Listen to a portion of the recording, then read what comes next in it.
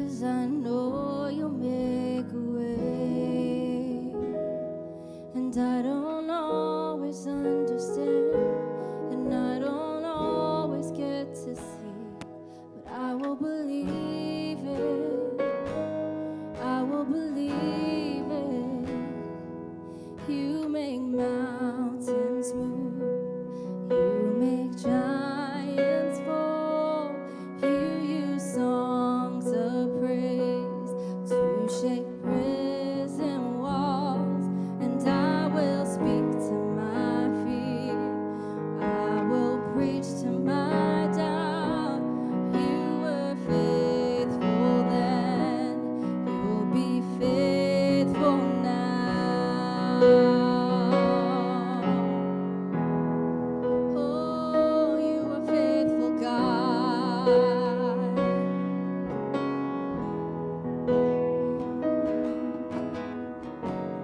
I'm standing on your word, calling heaven down to earth. And you will fight the enemies. This will end in victory. I will believe it. Oh, I will believe it. 'Cause you make mountains move. You make giants fall. You use songs of praise to shake prison walls. And I will speak to my fear. I will preach to my doubt. You were faithful then. You'll be faithful now. And you make mountains move. You make giants fall. You use songs of praise to shake prison walls. And I will speak to my fear. Oh, I will preach to my doubt. You were faithful then. You'll be faithful now. You were faithful then. You'll be faithful now. And yes, I know that I know you never fail. Yes, I know that I know you never will. Yes, I know that I know you never fail. Yes, I know that I know you never will. Yes, I know that I know you never fail. Yes, I know that I know you never will. Yes, I know that I know you never fail.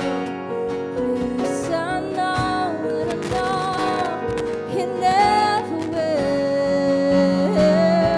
'Cause you make mountains move. You make giants fall. You use songs of praise to shake prison walls. And I will speak to my fear. And I will preach to my doubt. You were faithful then. You'll be faithful now. And you make mountains move. You make giants fall.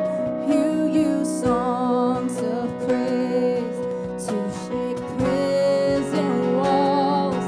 And I will speak to my fear. Oh, I will preach to my doubt. You were faithful then. You'll be faithful now. Sing you were faithful then. You'll be faithful now. You were faithful then. You'll be faithful now. You were faithful then.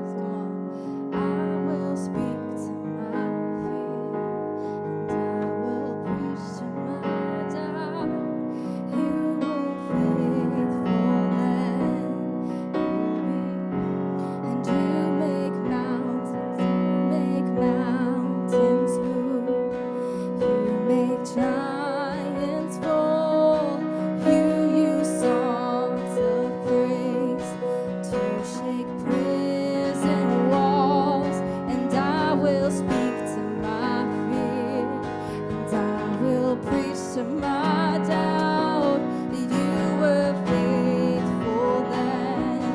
You'll be faithful now, and you make mountains move, and you make giants fall, and you use songs of praise to shake prison walls. And I will speak to my fear. Oh, I will preach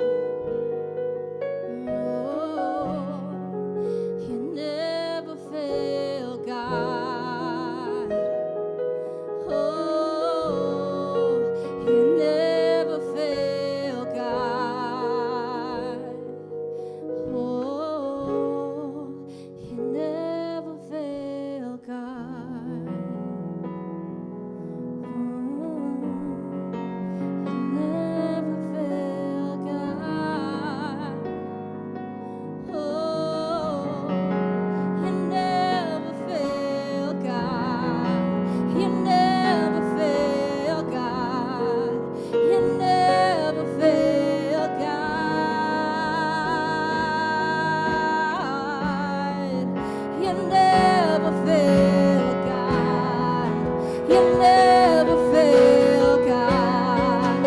You never fail, God. You never fail, God. You never fail, God. You never fail, God. You never fail, God.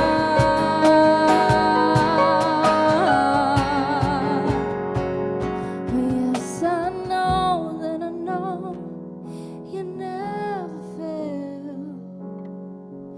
Yes, I know that I know you never will. Yes, I know that I know you never fail. Yes, I know that I know you never will.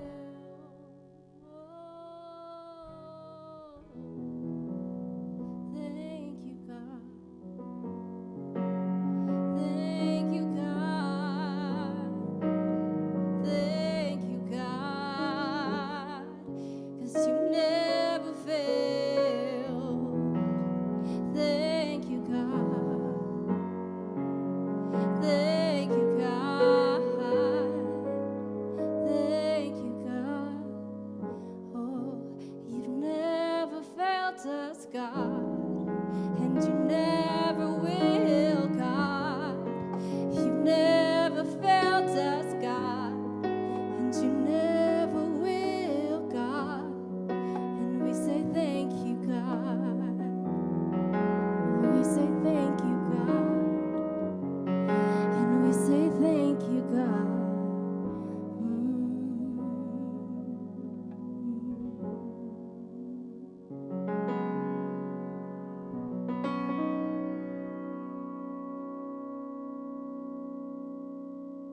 Thank you, God, for this reminder, Lord, that you have never failed us, God.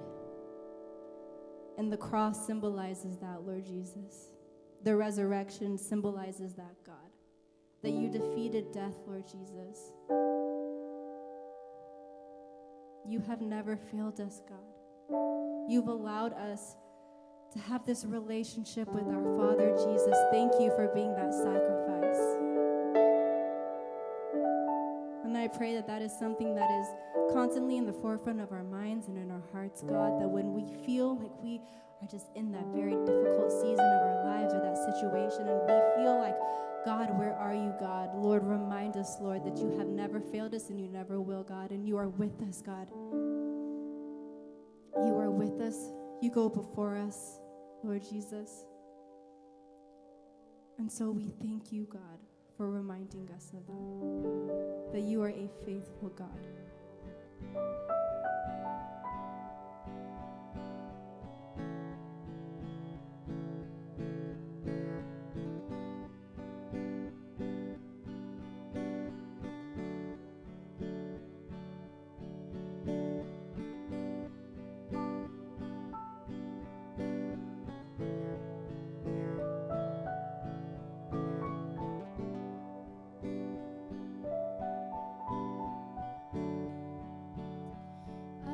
My father when I was young,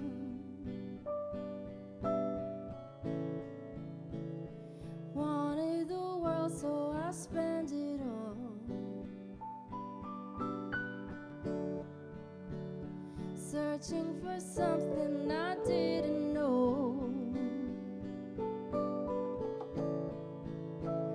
was under the roof of my father's home.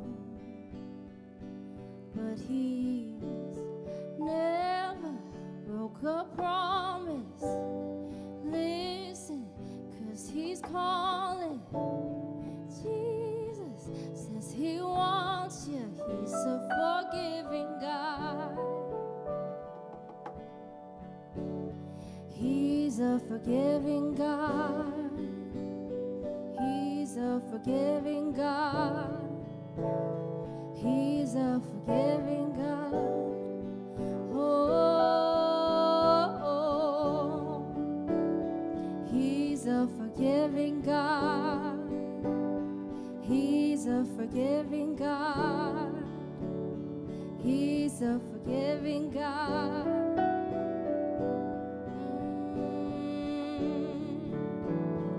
I've sinned against him more ways than one. I didn't deserve to be called his son, but no greater love have I ever known.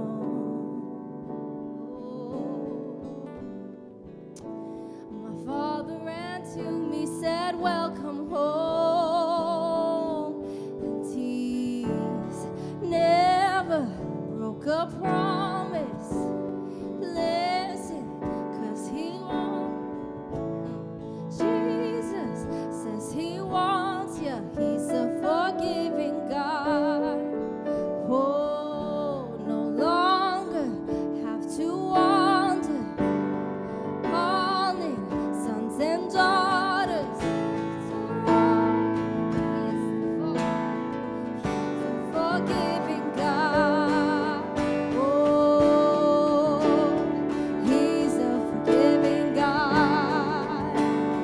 He's a forgiving God. He's a forgiving God. Oh,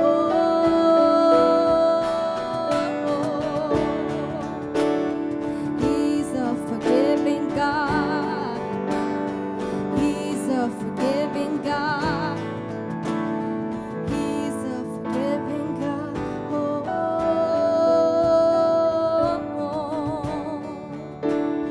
he's a forgiving God.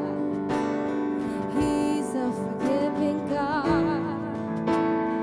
He's a forgiving God.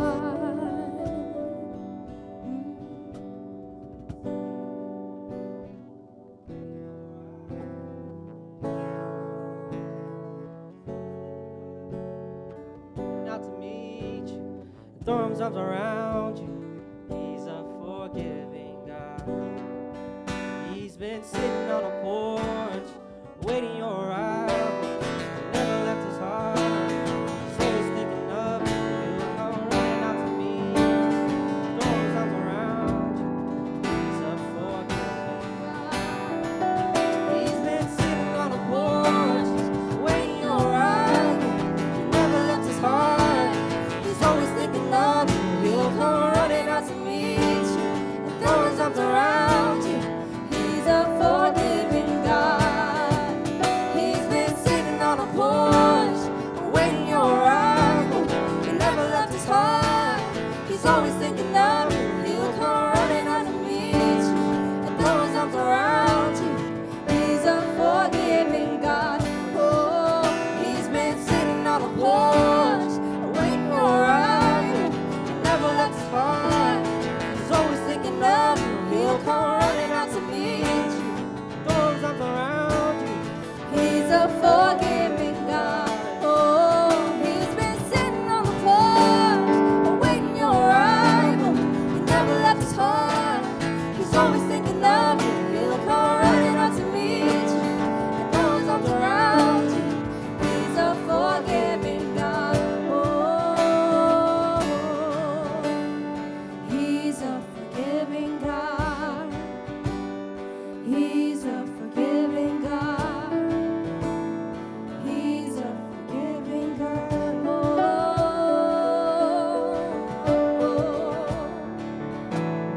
he's a forgiving God.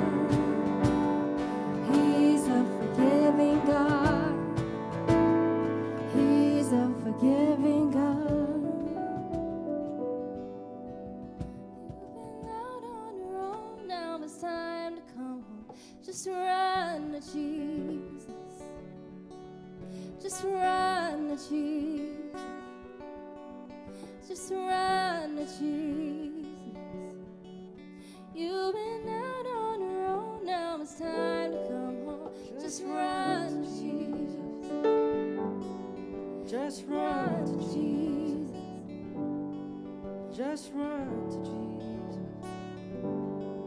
You've been out on your own, now it's time to just run to Jesus. Just run to Jesus.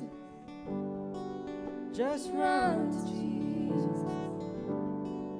You've been out on your own. Just run to Jesus. Just run to Jesus. Just run to Jesus. You've been out on your own. Now it's time to come home. Just run to Jesus. Just run to Jesus. Just run to Jesus. You've been out on your own. Now it's time to come home. Just run to Jesus. Just run to Jesus. Just run to Jesus. You've been out on your own. Now it's time to come home. You've been out on your own. Now it's time to come home. You've been out on your own. Now it's time to come. Just run to Jesus. Just run to Jesus. Just run to Jesus. You've been out on your own. Now it's time to come. Just run to Jesus. Just run to Jesus. Just run to Jesus. You've been out on your own. Now it's time to go. Just run to Jesus. Just run to Jesus. Just run to Jesus. Just run on your own. Just run to Jesus. Just run to Jesus. Just run to Jesus. You've been out on your own. Now it's time to go. Just run to Jesus. Just run to Jesus. Just run to Jesus. You've been out on your own. Now it's time to go. Just run to Jesus. Just run to Jesus. Just run to Jesus. You've been out on your own. Now it's time to go. Just run to Jesus. Just run to Jesus. Just run to Jesus. You've been out on your own. Now it's time to go. Just run to Jesus. Just run to Jesus. Just run to Jesus. You've been out on your own. Now it's time to go. Just run to Jesus. Just run to Jesus. Just run to Jesus. You've been out on your own. Just run to Jesus. Just run to Jesus. Just run, Jesus. You've been out on your own. Now it's time. Just run to Jesus. Oh, He's a forgiving God. He's a forgiving God. He's a forgiving God. He's a forgiving God. He's a forgiving God. He's a forgiving God. He's a forgiving God. He's a forgiving God.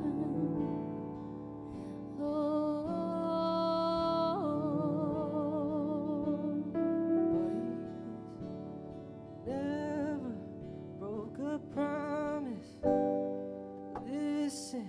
'cause he's calling.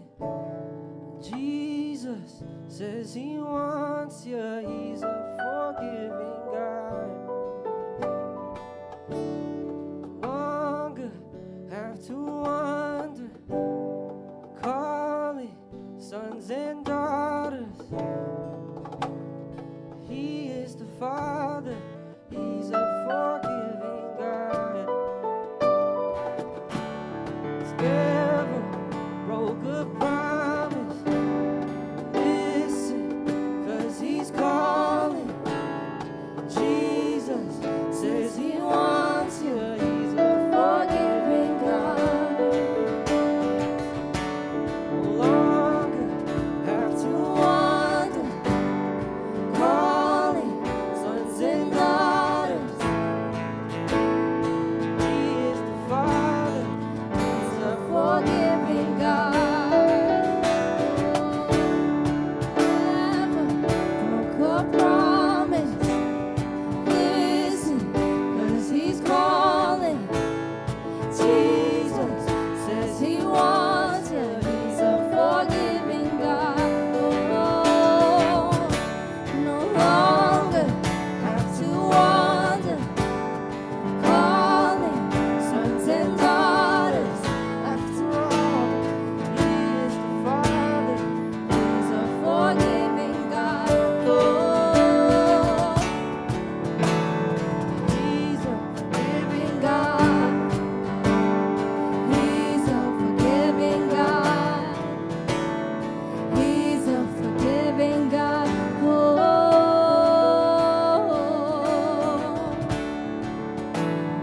he's a forgiving God. He's a forgiving God. He's a forgiving God. Oh, he's been sitting on the porch, waiting your arrival. He never left his heart. He's always thinking of you. He'll come running out to meet you, throw his arms around you. He's a forgiving. He's been sitting on a porch, waiting your arrival. He never left his heart. He's always thinking of you. He'll come running out to meet you and throw his arms around you. He's a forgiving God. He's been sitting on a porch, waiting your arrival. He never left his heart. He's always thinking of you. He'll come running out to meet you and throw his arms around you. He's a forgiving God. Oh, he's been sitting on a porch, waiting your arrival. Never left his heart. He's always thinking of you. He'll come running out to meet you and throw his arms around you. He's a forgiving God. Oh, he's a forgiving God. Oh, he's a forgiving God. Oh, he's a forgiving God. Oh, he's a forgiving God. He's a forgiving God. He's a forgiving God. He's a forgiving God.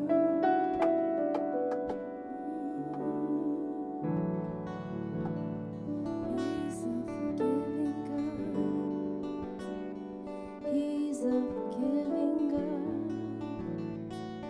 He's a forgiving God. You've been out on your own.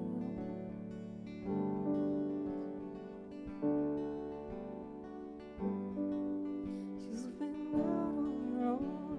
It's time to go. Just run to Jesus.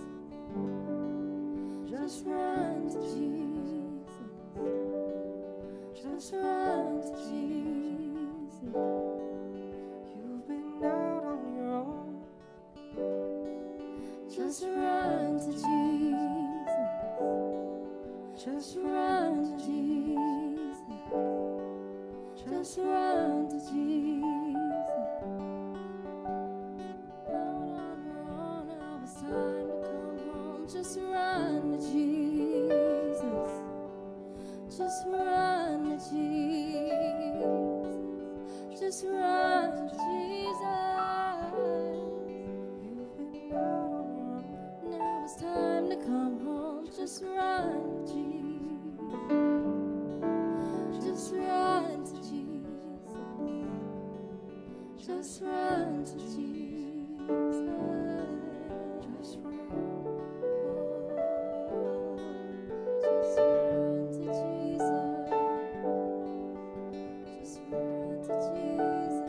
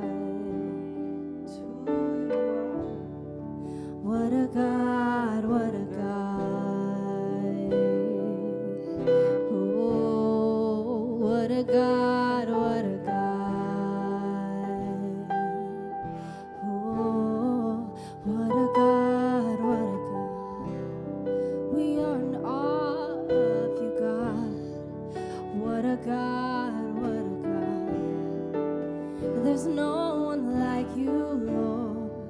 What a God, what a God.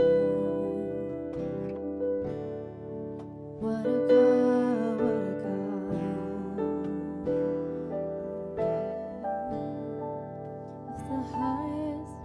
If the highest place I reach is at your feet, then I've done it all. If the best thing that I've seen is your glory,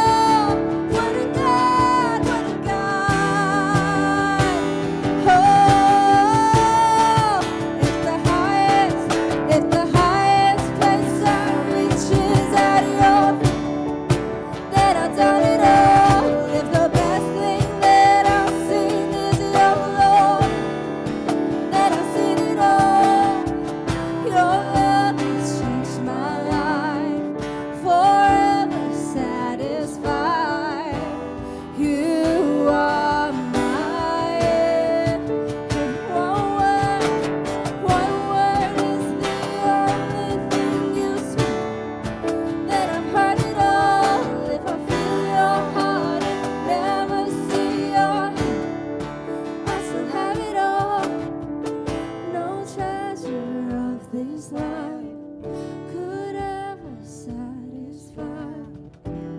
You are mine, God, you are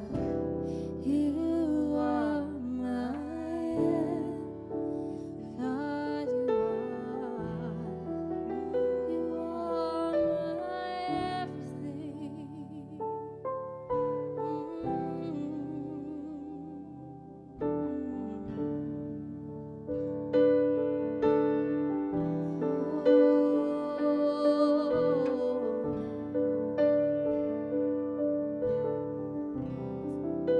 Father God, we just praise you, Lord Jesus, for who you are. God, we truly, when we take the time and really look at you, God, you can't help but just be in awe of who you are, Jesus. And that is what we are singing to you tonight, God. What a God we serve. What a God, there is no one like you. You are the King of Kings and the Lord of Lords, God. There is no one like you, Lord Jesus. And so my prayer is that everyone here grows deeper in their love for you, not just their knowledge of you, God, but their love for you, Lord Jesus. I pray for more intimacy, Lord Jesus, with your children, God. Lord, I pray that you meet them where they are at, Lord Jesus. You meet your children where they are at, God. And so we give this night to you, this weekend to you, God. I pray over the speakers, Lord Jesus. I pray that you use them, God. We know that you are going to use them, God. That there are no distractions, Lord Jesus. That there are no nerves, God, but there is only your peace that surpasses all understanding. May you continue to dwell in this place, Holy Spirit. We welcome you. We welcome you into this place. And I pray that you have your way with the service tonight, God. We love you, Lord Jesus. And all of God's people say, amen.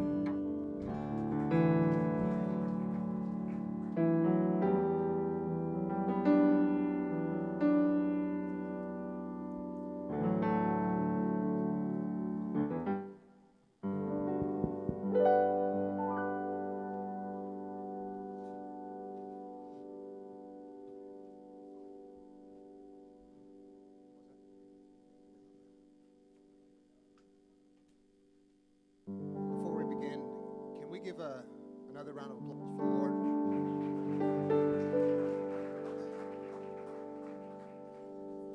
This is just a wonderful time.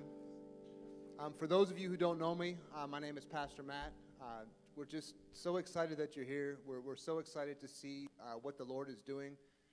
I say this all the time. I'm so impressed. I'm old, right? And I look out and I see all these young people. Man, it's a Friday night. And it's a Friday night and you're spending your time in church for an encounter with the Lord. Right? That's an amazing thing. That is such a sign of what God is doing just with you and through you, and I'm so honored to be a part of it. Before we start today, our conference is in His image. I want you to look around real quick. Everyone who's here. I'm going to ask you something. What do you see? They're allowed. We see a lot of good people, right? We're some church people. And we're packed. This is amazing. Like, what a blessing. Just to see His church grow like this. Wow, what an honor. What a God. And then you look at each other. What do you think when you see each other? Okay, let me switch that. What do you think when you see yourself? Right, because here's the thing. We all have this mask that we wear here.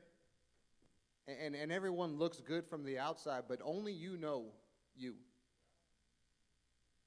What mask do you have on today? And maybe here's a better question. Instead of asking what you see when you look around, how about this one? What does God see when He looks at you? You know what He sees? His image. He sees his image. He created you fearfully and wonderfully. One of the greatest honors that we have. It's the highest honor that our God, he looks down at us and he pours his image upon us. Don't you know that? Right? The greatest glory that we have is that we've been created in his image. I love this word, and it's the word, it's I say it a lot on Sundays, but it's a Hebrew word. It's called kavod, and it means glory. And in the Hebrew, it actually carries a different significance. Like we know about the brightness and this physical manifestation of God, but what it carries is it's the weight or the heaviness of God. Man, that's what it is to be in his image. It's that weight.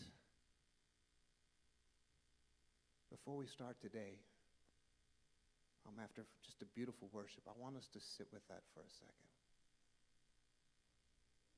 Right, just the weight of the God that we serve. The heaviness of being in his image. And I want you to understand just the glory that is there. And when Jesus left, right, he says, the things that I do, and greater you shall do when you pray in my name. That's part of the image of God. So I don't know where you are today, and I don't know if you feel like you're failing in that image. I don't know where God is going to lead this conference. I'm excited to find out. But one thing that I do know is that everyone here is created in his image, for his purpose, for his glory. And I want to sit with that before we start. So whatever is on your heart, wherever you are before the Lord, whatever is behind that mask that we put up here, let us go before the Lord and let's just confess where we are. He already knows. He already sees. He knows where we are. We'll take just a second, and then I want to pray over everything before we start. Let's go to the Lord in prayer.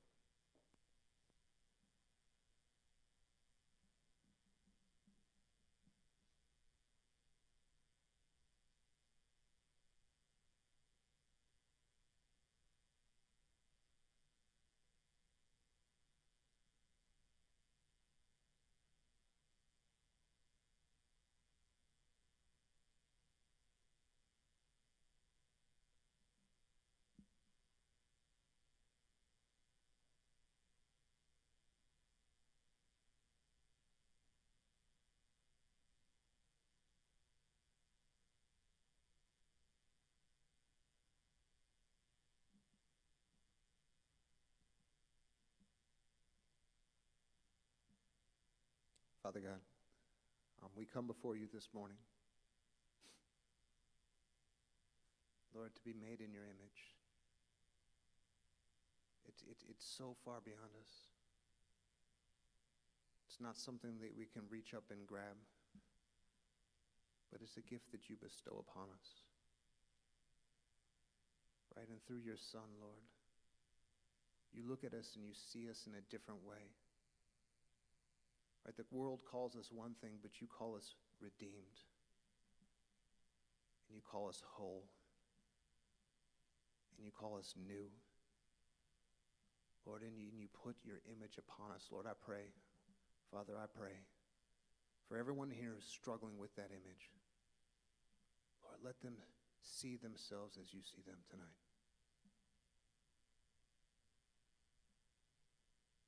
Lord, let us be transformed into the people that you are calling us to be. And your call is not like the world's call, Lord. Your call has its effectual purpose. Lord, have your way in us today. Lord, if there's anyone here who does not know you, who is not called by your name, I pray that this weekend be that time. Let this be that day, Lord, that they put their faith in you and they receive this new identity in the image of your Son, forever called by his name. Lord Jesus, I just pray over Isaiah and Loza. I pray that you equip them, Lord. I pray that their words tonight be your words, and that your words, Lord, that they have their way. I pray that you do a work in this place unlike anything we've seen.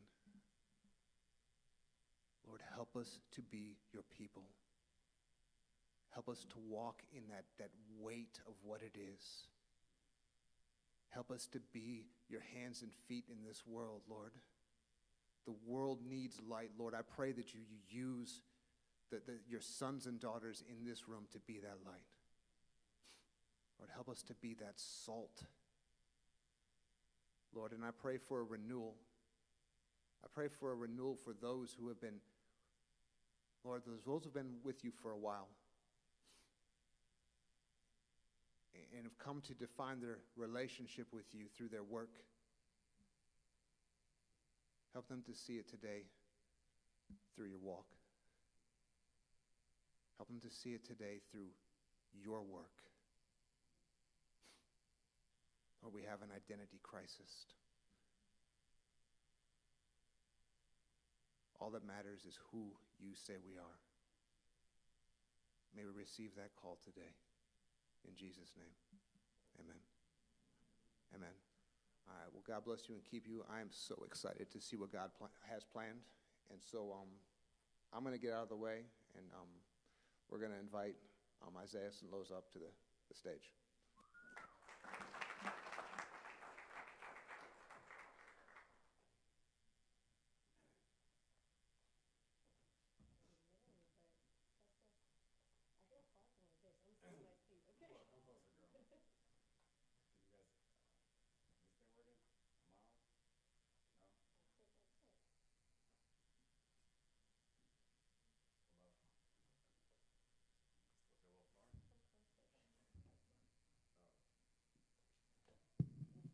Boom, are we on? All right, can you guys hear us? Thumbs up. All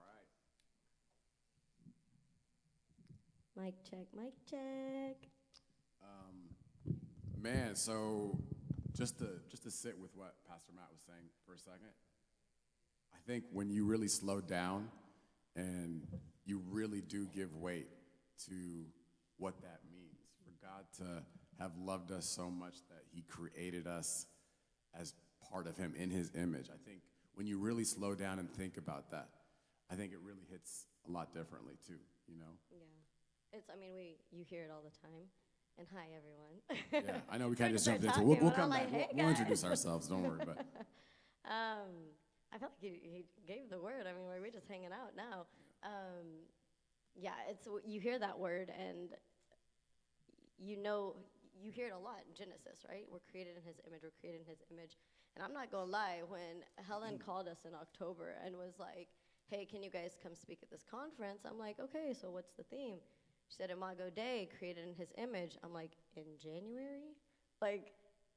Y'all not going to talk about goals? What does that mean, in his image? I was just kind of shocked, because I was like, that seems very off-brand for the start of the year. But what's so interesting is, as they shared that, now as we've sat with it, I feel like the Lord's really just kept his foot on our neck and revealed to us what really that means, because we hear it so much. And so if there's anything that I would ask as you guys come in, right, we have for those of you guys that have been in the faith for a long time, maybe those that are new to the faith or not in the faith at all, that word has a very generic meaning. So what I would ask you to do is, as you come in tonight, unravel what you think it means. Come in fresh, expecting the Holy Spirit to reveal that to us in a fresh way. And in the same way, I'm sure we can receive from the Lord equally. We came in knowing that the Holy Spirit was going to be here. And I'm like, I'm here to receive too. I'm attending a conference. It's not much that I'm speaking. I'm like, I got something to receive from the Holy Spirit. So if you couldn't, go ahead. yeah, but I think all that to say, let's step back for a second. So first and foremost, we are so excited to be here with you guys. Yeah. I wanted to kind of address the weight of that too, because I think it's important to acknowledge the depth of that, but also, if we zoom out for a second, I also kind of want to just kind of lift our spirits for a second, and just kind of make the kind of atmosphere also light for a moment, because I want us to kind of get to where we need to get, but before we do that, I want us to become acclimated with one another. Y'all see us over here? What's up, everybody? Good to see you guys. You guys feeling good? Yeah, All right. people. So who are we? I guess for those that have not seen us in the last 5 years. Who are you? Yeah. Who are you? So yes, thank you for having us back. 5 years ago, Yes. we came and you guys invited us to speak. Were any of you guys here 5 years ago? That when we were? Okay. Shout out to the few people that OGs. remember. Okay. A lot has happened in 5 years, but to start off, I guess, do you want to go or you want me to go? Yeah, sure. I mean, for starters, before we even say that, I want to kind of just dismantle whatever your expectations might be for a second. Because really our goal over the course of the next 3 days is to, number one, point you guys back to God. But the way in which we want to do that might not resemble maybe what you guys might have accepted. So as you guys can already see, this is not a traditional sermon, but our goal in having this kind of podcast style conversation is to really take you through some of our thought process that we've been sitting with in front of God and kind of make sense of this conversation of what it means to be an image bearer. And part of the reason why I feel like that's so necessary, and Pastor Matt touched on it, is because there really is a crisis of identity. But before we talk about that, speaking of identity, who are you, by the way? So hi guys, my name is Loza. I go by Lo. I guess to describe myself, I am a child of God first, right? Daughter Shout to out. the King. Shout out. I am a wife to Isaiah. We are going on almost 10 years of marriage in 2027. Yeah, praise him. I am also a mom of 3. I've got thank you. I've got 3 kids. So my first is a daughter named Selah. She's 5. I've got a 3-year-old son named Christian, and I've got a 1.5-year-old named Psalm. Call her Sami. Very Christian names, as you can tell see. us you Christian when I tell You us you can't Christian, miss okay? that part, yeah. Yeah. So I'm mom of 3. So that should feel like in relation, that's who I am. I'm also a pharmacist by trade. So I used to work at a pharmacy out in Dallas, and that's what brought me to meeting some of the Dallas folk. Dallas Stand Up. Now I work for a pharma company while doing all of this, and so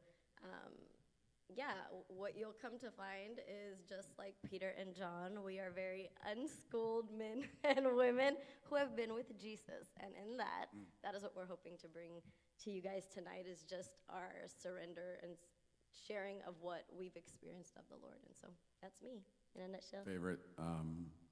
Favorite movie of all time? See, that's crazy. The first thought I had was A Walk to Remember, but that ages me a little bit. Who remembers that? Does anybody They're remember not that old movie? enough for that. A Walk to Nobody? Okay, raise your hand for real if you've seen it. And you cried? Yeah, I was like, the first time I actually had to identify a favorite movie, it was that. Have you seen that movie? I have. Is that the one with Mandy Moore? Yeah, good job. Yeah. She gotta come back. Yeah. It's my favorite movie. Okay, and who are you? I am a child of God, and have 3 children. I'm a husband to my beautiful wife, and I'm just someone who really enjoys life. I think one thing, like if I were to even think about the through line for the different things I've done professionally, I think the thing that makes me come alive most is this idea of bringing people together and uplifting them. And what's so cool about, even when we think about like calling, because that's oftentimes conflated with identity, I think, more than what we do, I think the why behind why we do it, I think is really what's most important. And as I look back on all the things that I have done, I've worked, when I graduated, I worked in finance, and then from there I worked in nonprofit, and then I had a time working as an actor in entertainment, and now I'm working in real estate. And when I think about all the things that led me from one thing to another, it's this idea of wanting to bring people together and make them better. I think that's part of, it gives you a picture of who I look like, or who I am. But more than that, I think, like Loza was saying earlier, it really sometimes, it shocks me how God works. Because, as people who have been walking with the Lord, so for me, I grew up in church, but it wasn't until I graduated from college where I really made my faith my own, where I finally came to a crossroad in my life where I said, I cannot rely on the faith of my mom anymore. This is mine. And in doing that, it's been, wow, I'm gonna date myself. It's been maybe 14 years. I know. Who did that? What's that about? Who's whistling back there? But I think over time, what you see is that, wow, God really moves in very specific ways. And when you when you look back and you see those memorial stones of, his faithfulness, it really makes you realize that God has a very specific plan. So to look at those things and, to kind of think about how we came together, one thing that has become very evident in looking around in our community and looking around at the world around us, like Pastor Matt just said, there really is an identity of crisis, a crisis of identity that is going on around us. And I think that manifests itself in different ways. When you maybe put your faith or your hope in the thing that you do, or maybe the thing that you want, the things that you're aspiring towards. But I think that is true. But even more than identity crisis, I think really there is a vision crisis. And by that, I mean, if we look at the Genesis account, I think everything has its proper place when we first see God rightly. And I think that is really what the idea of Imago Dei, or the image of God, is getting at. Yeah, so our goal tonight is to press into the Word, and we're not just going to read the Word, but as Travis Green says, we're going to read the Word, and we're going to see what it tells us about what it means to be made in the image of God. In order to understand that image, I mean, essentially you have to look to God. It's a beholding. It's a conversation about beholding. It's a conversation about seeing God. And so the theme for tonight, night one, will be seeing God rightly. And in seeing him, you come to see yourself. And in seeing yourself, you see your purpose. And so that's where we're going to walk together over the weekend. Yeah. What, again, I would ask you is that all your preconceived notions, the mask that Pastor Matt was talking about, let's put those down. God is in the room. The Holy Spirit is here. And he sifts past bone marrow. He knows us, right? More than we know ourselves. And so what we're coming to see is, what does he have for us tonight? Let us unpack that. God, would you show us? So before we open the word, let's just take a second to pray, and then we'll get into it. Let's do it. Yeah. So bow your heads.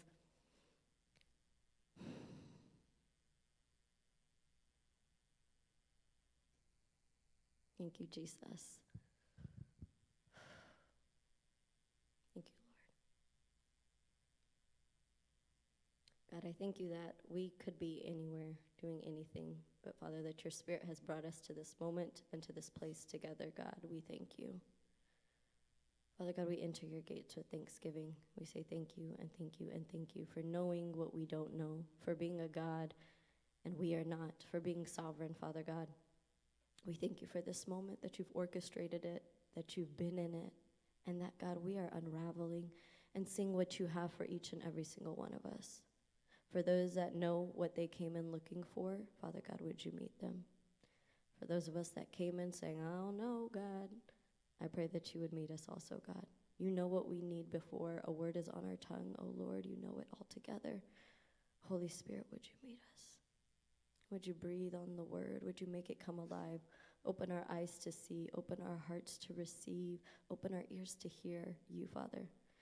And in this moment when we come to discover what it is that you're telling us, what it is that you're showing us, and what it is that you're asking us to do, God, I pray that we would remove anything that comes in the way of blocking our ability to understand tonight. Make your word come alive, Father God. I pray, Father God, that as Isaiah and I are here with this mic, God, I ask that you would be able to speak to your people. Use us to speak the word boldly, Father God, that you would empower us, but most importantly, that you would speak beyond our words. Avoiding, Father God, our shortcomings and all these things in spite of us, would you speak, Lord? We come in with a heart that is expectant. We welcome you into this space, God. Make your home here. Do what you need to do here, Father God. We're ready for you. In Jesus' mighty name, amen. Amen. So if we were to establish a framework that we can just all follow for the weekend, the expectation or what we're anticipating that that will kind of just, the frame that will follow is kind of three-part. The first is which we'll do tonight, is the idea of what it looks like to see God and the implications of seeing God. And then tomorrow, we're going to look at the following connection that we get to, which is see self, okay? And then on Sunday, we're going to go to the last part of the sequence, which is see purpose, okay? So we're going to go see God, see self, see purpose. When you first see God rightly, then you can then see who you truly are, and as a byproduct of all of that, then you can understand your purpose.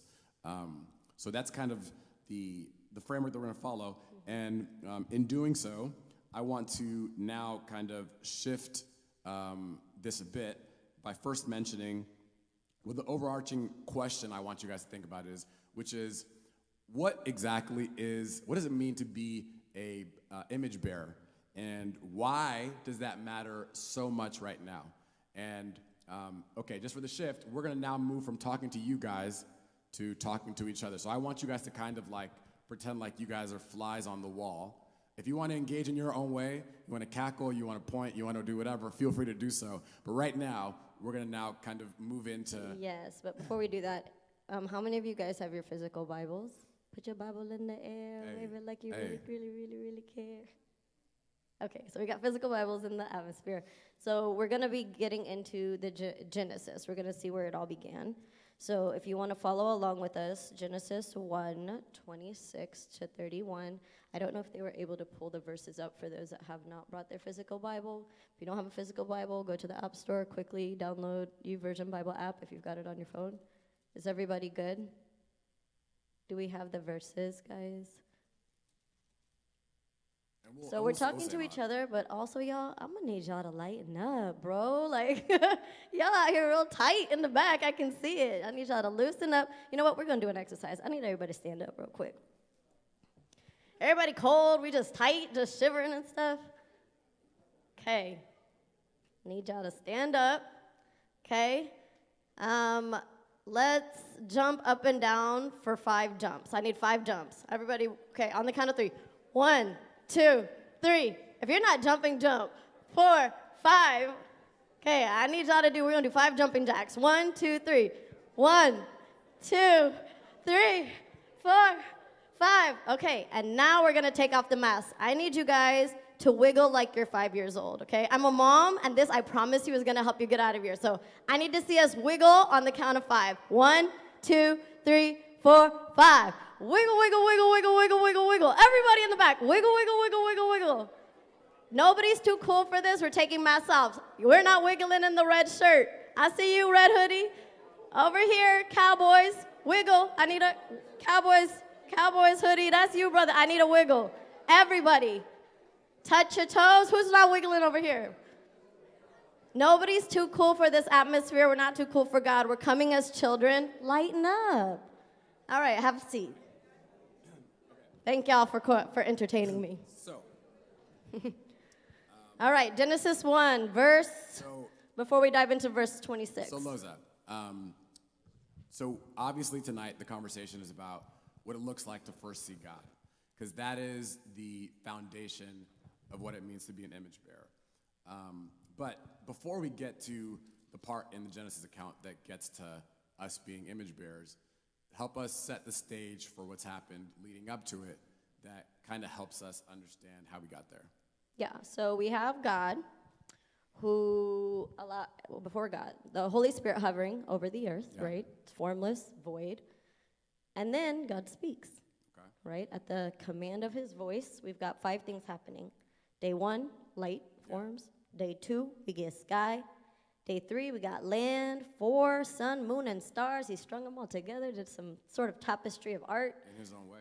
In his own way, with his own fingerprints. Day 5 comes around. He creates creatures of the sea and of the sky. And that lands us where we're at in Genesis 1:26. God had spoken, and at the command of his voice. Isn't that crazy? The earth took shape and took form.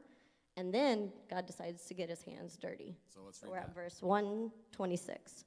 So it says, then God said, let us make man in our image. So there's a communal element there in our image. After our likeness, and let them have dominion over the fish of the sea, and over the birds of the heavens, and over the livestock, and over all the earth, and over every creeping thing that creeps on earth. So God created man in his own image. In the image of God, he created him, male and female, he created them. And God blessed them, and God said to them, be fruitful and multiply, and fill the earth and subdue it, and have dominion over the fish of the sea, and over the birds of the heavens, and over every living thing that moves on the earth. And then God said, behold, I have given you every plant yielding seed that is on the face of all the earth, and every tree with seed in its fruit. You shall have them for food, and to every beast of the earth, and to every bird of the heavens, and to everything that creeps on earth, everything that has breath of life. I have given every green plant for food. And it was so. And then God saw everything that he had made, and behold, it was very good. And there was evening, and there was morning, the sixth day. Yeah. It's fascinating because almost immediately what we come to see is there's some poetry that happens in verse 27. So God created mankind in his image, his own image. No, in his own image, in the image of God, he created them. Male and female, he created them. So what we come to discover initially is that God is a creator, right? He spoke all of these things, but the fact that in chapter 2, we'll get into it, is a retelling of this story. It's the same thing, but then we get to see in detail how he decides to make man with his hands, and then he breathes into his nostrils and he comes alive. So something about God's nature we see immediately is that he's a creator. And what's interesting in that verse, verse 27, he says, in his own image, in the image of God, he created them. Actually, let's go back. Verse 26, then God said, let us make mankind in our image and our likeness, that they may rule over the fish. And that passage shows us that he said in our likeness, right?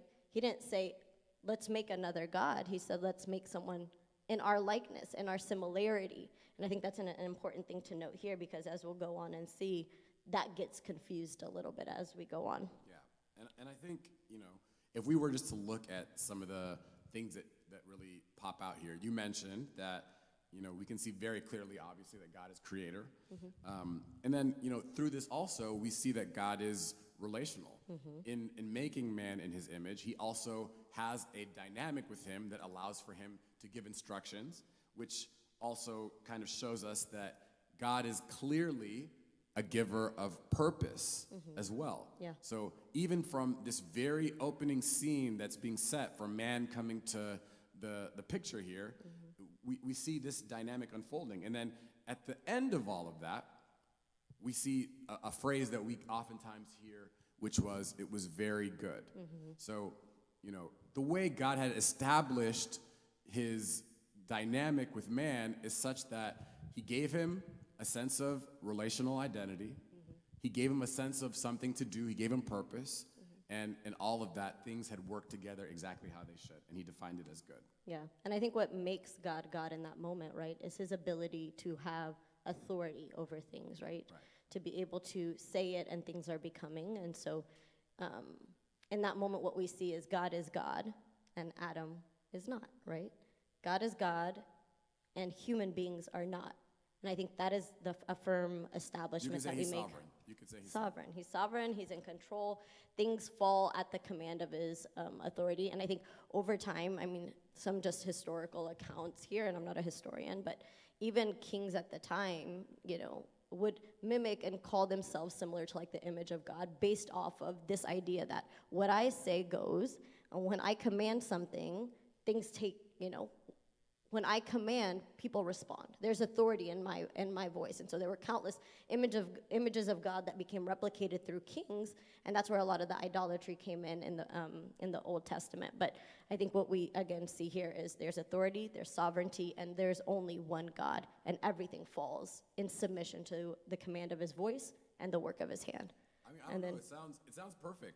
I feel like, why would you want to mess something like this up, right? Like, if you see that, God has his rightful place, he's clearly set you up to succeed. He's giving you exactly what you should do. And, everything seems to be working appropriately. There doesn't seem like there should be any reason to deviate from that, right? And we'll see soon that perhaps... That's not the case, yeah, Yeah. for some. So as we go on, let's press on into Genesis chapter 2. We're going to start at verse 15 and 18. We have 15 and 18, Lord. Genesis chapter 2, verse 15. Yeah, so in verse 15 through 18, what we see is that God is now giving them some ground rules, which, okay, so now that we're talking about like a perfect environment that we were talking about, you would anticipate that anything that is good also has structure and boundaries attached to it, right? So we see our first example of what that looks like here in verse 15, and it says, "The Lord God took the man and put him in the Garden of Eden to work and to keep it. And the Lord God commanded the man, saying, 'You may surely eat of every tree in the garden.'" Every tree. I don't know what the garden looked like, but if you say every tree off the rip, that tells us there's a lot of options, right?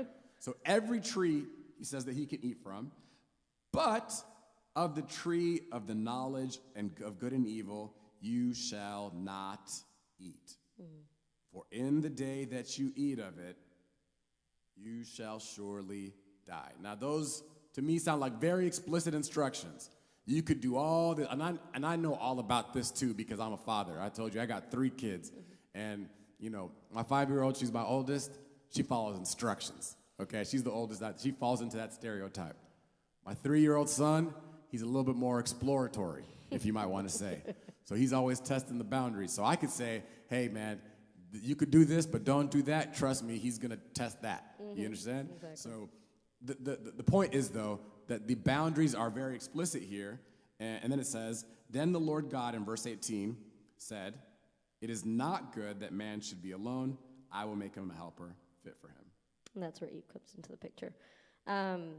What's really interesting as we're reading through that is, like, as you're saying, the boundaries. This is another area where the Lord is exercising authority, right? He's saying, look, you can have it all, boo-boo. Like, all of this is yours. But the one thing I'm telling you not to do, the one thing that I'm exercising authority over is the fact that this is the one thing you should not do. And in him proclaiming that or declaring that for Adam, it's as if he's saying, you have the freedom, but this is where I'm going to exercise the parent role, right? You can touch it all, but don't touch that. And in that, it's his ability to be God in that situation. And what it required of Adam and Eve was a genuine trust that, maybe my father knows best. I don't know what I don't know, but he said not to touch it, right? And even in that, having a trust built in and playing their role as a creation to the creator, right? And I think we'll start to see where it gets a little dicey when they recognize, okay, maybe this dynamic of him being in control, him being in charge, and me being the one that listens and responds and trusts gets thrown off a little bit. And that's where we find ourselves pressing But I think even up Genesis to this point, everything is working well. So there's no reason to feel like there's a reason to deviate from what is clearly, working in the right way.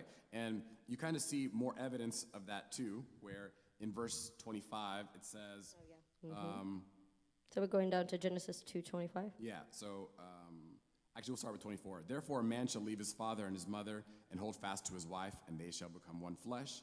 And then in verse 25 it says, "And the man and his wife were both naked and were not ashamed." Bro, that's crazy. That's work to me. crazy if you really think about that, because Naked and no shame? Like, have y'all heard of a Korean spa before? People out here walking around naked? that might be an LA thing. They don't Like, know about every they don't know time about people invite me out to go to these spas, they're like, yeah, let's go to the spa. You have to take off all your clothes. I'm like, in front of other people? Like, I don't know about that. There's like immediate shame that I feel in that, but the fact that they were naked and unashamed should say something that about also the speaks perfection. that also speaks to just the general environment that God had established. They were good in who they were, and they have no other context for feeling like there is an issue with the status that they were in. So that kind of helps. Again, we're setting the stage for what the garden was like, how God had put things into motion, and how they were kind of functioning within that environment. So, really what we're seeing in all of this is that there was perfect communion with their father. Yeah. He told them how things go. They accepted at face value. And as a result of that, because he's God, it works very, very well. They're naked, but there is no shame. There's nothing to hide from. There's nothing to feel bad about. It's very pure in nature, and it all works together as it should. Every single piece, because that's how God had designed it. And, kind of in this environment, things are very clear, and they all work together for their good. And the reason for that is because God ultimately is sovereign. So in that, they knew who they were, whose they were, and what they were actually called to do in that moment. But as my 5-year-old says, that sneaky, sneaky snake comes in on chapter 3, and so we're going to press in a little bit more there. Yeah. So Genesis chapter 3. Are y'all tracking with us? I like to check in We're with y'all. trying to set the stage, because Okay, remember, we're good? All just to right. give us the backdrop again, what we're really trying to really zone in on today is how we can see God rightly and why or where we might not be seeing God rightly, right? So again, up until this point, we can see that God has set things up, and their context is that they see him exactly for who he is, because all the fruit of everything happening also reflects that. So Genesis chapter 3. 3, You 1 should- through 7. Yeah, so let's take it verse by verse. Yeah. It says, verse 1, now the serpent was more crafty than any of the wild animals the Lord God had made. He said to the woman, how did you say it? Did God really say you must not eat from the tree in the garden? As I said, No, try he that sounds again. sinister. How'd you do I it? don't know. When I think about like the serpent, my mind automatically just imagines like a very mischievous character. You guys know what I'm talking about? Well, show You us. guys, okay, let's try that. Let's say, did God say actually that you shall not eat from any tree in the garden? He's a Disney character, y'all. Yeah, But for real, he's sinister. But it, like, I don't know. When you think about it, it's like you would think that the serpent is like easy to identify from a mile away, right? The unfortunate thing, though, is that if we really look back at the start of it, it says that he was crafty. So the truth is, even if our first instinct is to think that the enemy or the devil is really easy to identify because, he's got this like winding tail and things that are obvious. Yeah, The truth horns, is, yeah. I think what we all find is that the enemy comes at you in ways that you may not have anticipated because he's crafty. And that's the reason why sometimes we'll see something that looks like, or maybe we sense is not right, but we're like, what's the problem with that? But keep going. We can Yeah, kind I of think I break it read down further. somewhere that it says you can't outwit the devil. And that kind of messed me up because here we are, if you're having dialogue and that, if you're going back and forth, you're thinking that you're going to outwit or like talk smart to the devil in real time when you're tempted. But what we come to learn even in this is that, the wittiness the enemy comes with. And what we see here is almost an installation of doubt, right? Did God really say you must not eat from any tree in the garden? So that's the first thing that we want you guys to identify here is that he's trying to plant a seed of doubt. Okay? Can we read that whole let's read the whole section so they can just kind of have context for it. And Go then we ahead, can go go back. ahead. So, now the serpent was more crafty than any other beast of the field that the Lord God had made. And he said to the woman, did God actually say that you shall not eat from any tree in the garden? And the woman said to the serpent, well, we may eat of the fruit of the trees in the garden, but God said, you shall not eat of the fruit of the tree that is in the midst of the garden, neither shall you touch it, lest you die. But the serpent said to the woman, you will not surely die, for God knows Use your voice. We you need the shall new. not, no, but he's crafty, remember? He's I not, know. they're not going to see it. But you shall not surely die, for God knows that when you eat of it, your eyes will be opened and you will be like God, knowing good and evil. So, when the woman saw that the tree was good for food, and that it was a delight to the eyes, and that the tree was to be desired to make one wise, she took of its fruit and ate.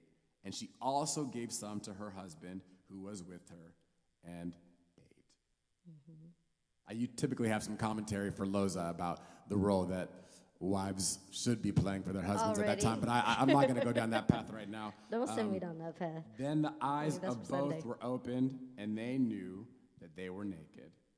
And they sewed fig leaves together and made themselves loincloths.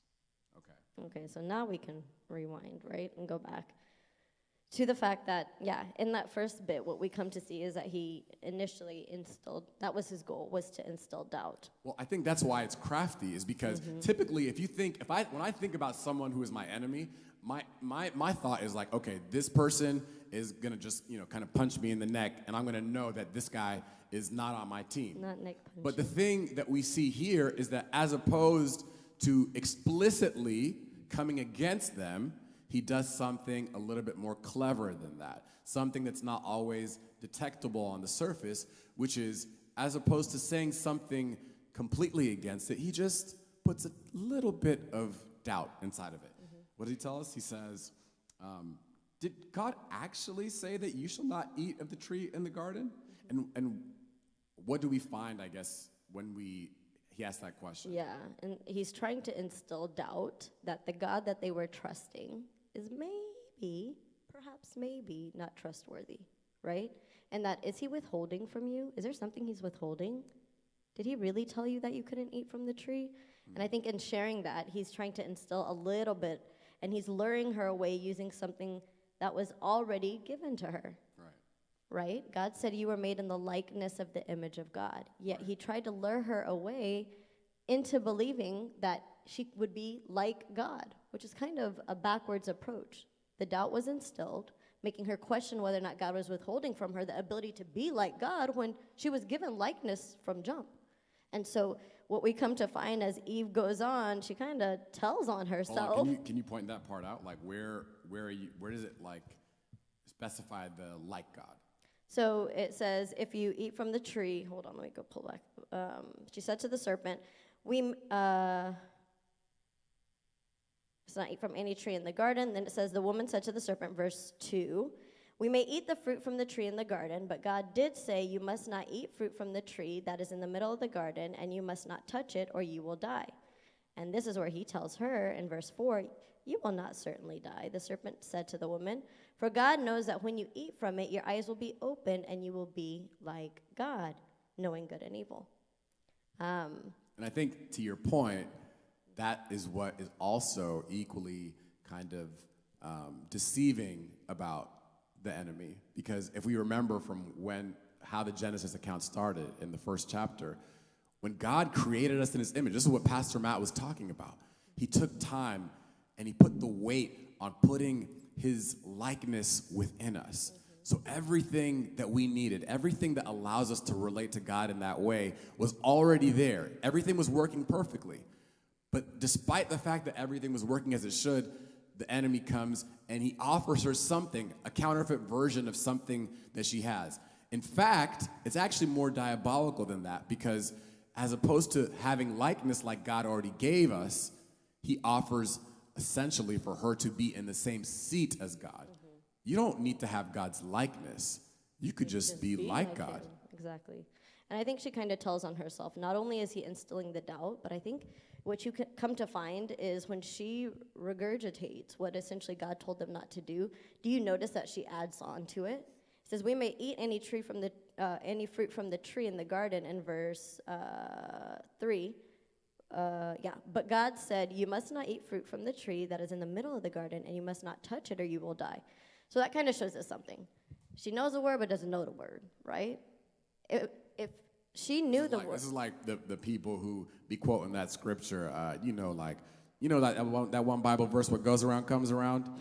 He didn't say that. Have you guys heard people like just quote like semi-Bible verses? Yeah. It's the same. It's kind of the same, and that actually speaks to the importance of us really knowing what God says, so that when someone says something that's not quite right, we also know the way to differentiate between the truth and what's not the truth. Exactly, and in that moment, what you come to find is, like he said, we must not touch it even. So it shows us that not only is he planting a seed of doubt, but he's doing so. Had she known the word entirely, when he says, did he really? She would have been like, no. And that would have been the end of the conversation. That would have been it. She would have said no. He said we could do it. He did say that we should not eat from it, and that would have been that. But in this, what we come to find is the fact that she's adding on shows that she's kind of not sure, and the devil's playing on that.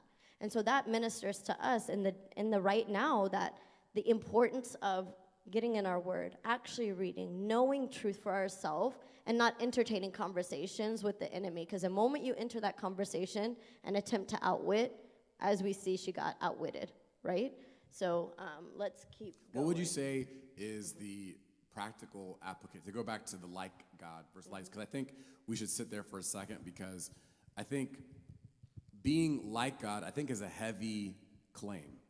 Because, and I know when we say it like that, it sounds, most of us might think to ourselves, like, I would never want to be like God. Why would I want to be like God when I have a God who can do that? But I think the truth of the matter is oftentimes many of us still play the role of God in our own lives, sometimes without even realizing. You guys know what I mean by that? Because in the way that we will see here, the reason why Eve chose to eat from the tree, even when God had already explicitly stated to them that you shall not eat from the tree, is because she went through her own process of justification to determine that despite what God says about something, to me, this kind of makes sense. I'm weighing out my pros and my cons, and I'm assessing that this looks like it makes sense. So despite what God told me, I'm gonna just put that on the backlog just for a second. I haven't forgotten it. I'm gonna just put that right here. But I'm calculating my numbers. I'm looking at the scenario. And to me, this looks like strategy. Anyone use the word strategy for why they choose to do things what they do?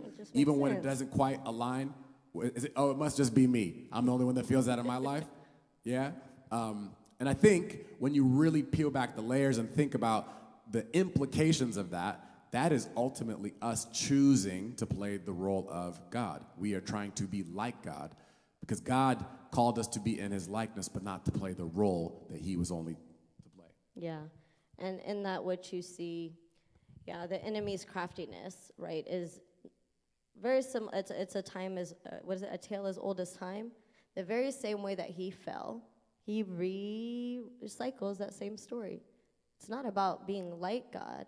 It's not being next to God. It's not submitting to God. It's not crying out, holy, holy, holy to God and only God when you can be the God of your own life. So not only did he instill doubt, in this very moment, he distorts her perception of who God is. Doubt and distortion. And he does that by telling her, surely God is withholding from you. Surely he's not trustworthy. Surely you should take reins on your own and do for yourself what apparently your God is not doing for you. And what's interesting about the enemy also is that it's not always on its flat surface a lie. He was right. That if she did eat from the tree of the knowledge of good and evil, that she would have knowledge, but that she would not die. It is true, right? We come to find later that when she eats from it, their eyes are awakened, they recognize they're naked, and they have shame, and we'll get into that. But what he did not tell her was that ability to discern right and wrong is the only thing that distinguishes God's authority and makes him God. When she received that, she then began to carry a weight she was never intended to carry, right? She was not designed for this. And that's the part that he omitted. So what the enemy will do is instill doubt. He'll distort our perception, and he does so not with the lie, but with half-truths and omitted truths to lead us down a path that's kind of logical. I mean, it's not that far off, right? You're right. Maybe I should do this. Maybe I should go ahead and kind of take the reins in my own hands. And he's like, exactly what I was wanting. Because the devil, the enemy fell after having been an angel and wanting to be God.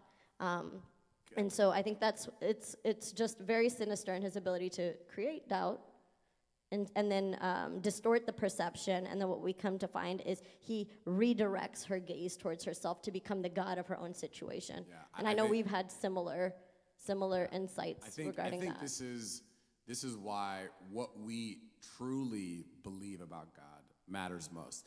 And Pastor Matt was just touching on this in his brief time on stage. But when you talk about a mask, is because I think, and I'll put it this way, it's very encouraging to come here and to see like all of us together. Clearly, we're here on a Friday night over the weekend to seek the Lord. There's clearly a desire to want to walk closely and follow God. But when we think about like the mask that we were talking about as it relates to church, it's because there is a capacity for us to be in proximity to God, but still be just a little bit far away. And the reason for that is because it's easy to try to show up as one thing, but when you peel back the layers and think about what do I actually believe? In my life right now, A.W. Tozer has a quote that says, what we believe about God is the most important thing about us, because the implications of that far outweigh everything, and they touch everything around you. There's a ripple effect to everything. So, I can say even in my own life. So, again, I've been walking with the Lord since I was, let's not talk about that number, What's but your age, boy? since I was 23, Okay. and I'm 37, okay? And dang, why do you guys keep Whistle whistling, is man? taking me out. It's reminding me of that Kevin Hart and Don Cheadle. That's shady. We'll talk about that later. But like, man, over time, you get to really see God's favor. I remember the days when like I was early in my faith, and I was living in D.C. I would walk to work, and I kid you not, whistling on my way to work, because I could just feel God's like light shining on me. It was like, that was the season of my faith journey I was in. And then I've been in parts of my faith journey where I'm like, God, what is going on here? And I'm talking about like as recently as 2024. And to set the stage for that, 2024, we had our third child. Let's just say it wasn't completely prepared. Surprise blessing. A surprise. It was a surprise blessing. And through this, in conjunction with all of that, Loza she had stopped working when our second child was born. Okay, so then we have our third baby, and then my profession is working in real estate. At the time, that was the slowest year in real estate in terms of the volume of transactions across America. So think about this. A job that was not a regular salaried position. Your wife is, who has been in her profession, has been away from work for the last 2 years. You have another baby, and Third baby in California, okay? living in For California. context. We have a Specific. mortgage. Our babies are in private school, and I'm just over here doing the math, and I'm starting to be like, this situation might be getting out of control, Lord. So when I'm sitting in my prayer closet, I'm like, look, Lord, you clearly know you brought me to this point, and I've seen you do it once, and I know you're going to do it again. That's where it started. And then when I didn't see him do it again yet, I was like, this is actually not what I anticipated, because Lord, I've been walking with you, and that I'm doing things right. So like, I feel like there's something that's being lost in translation.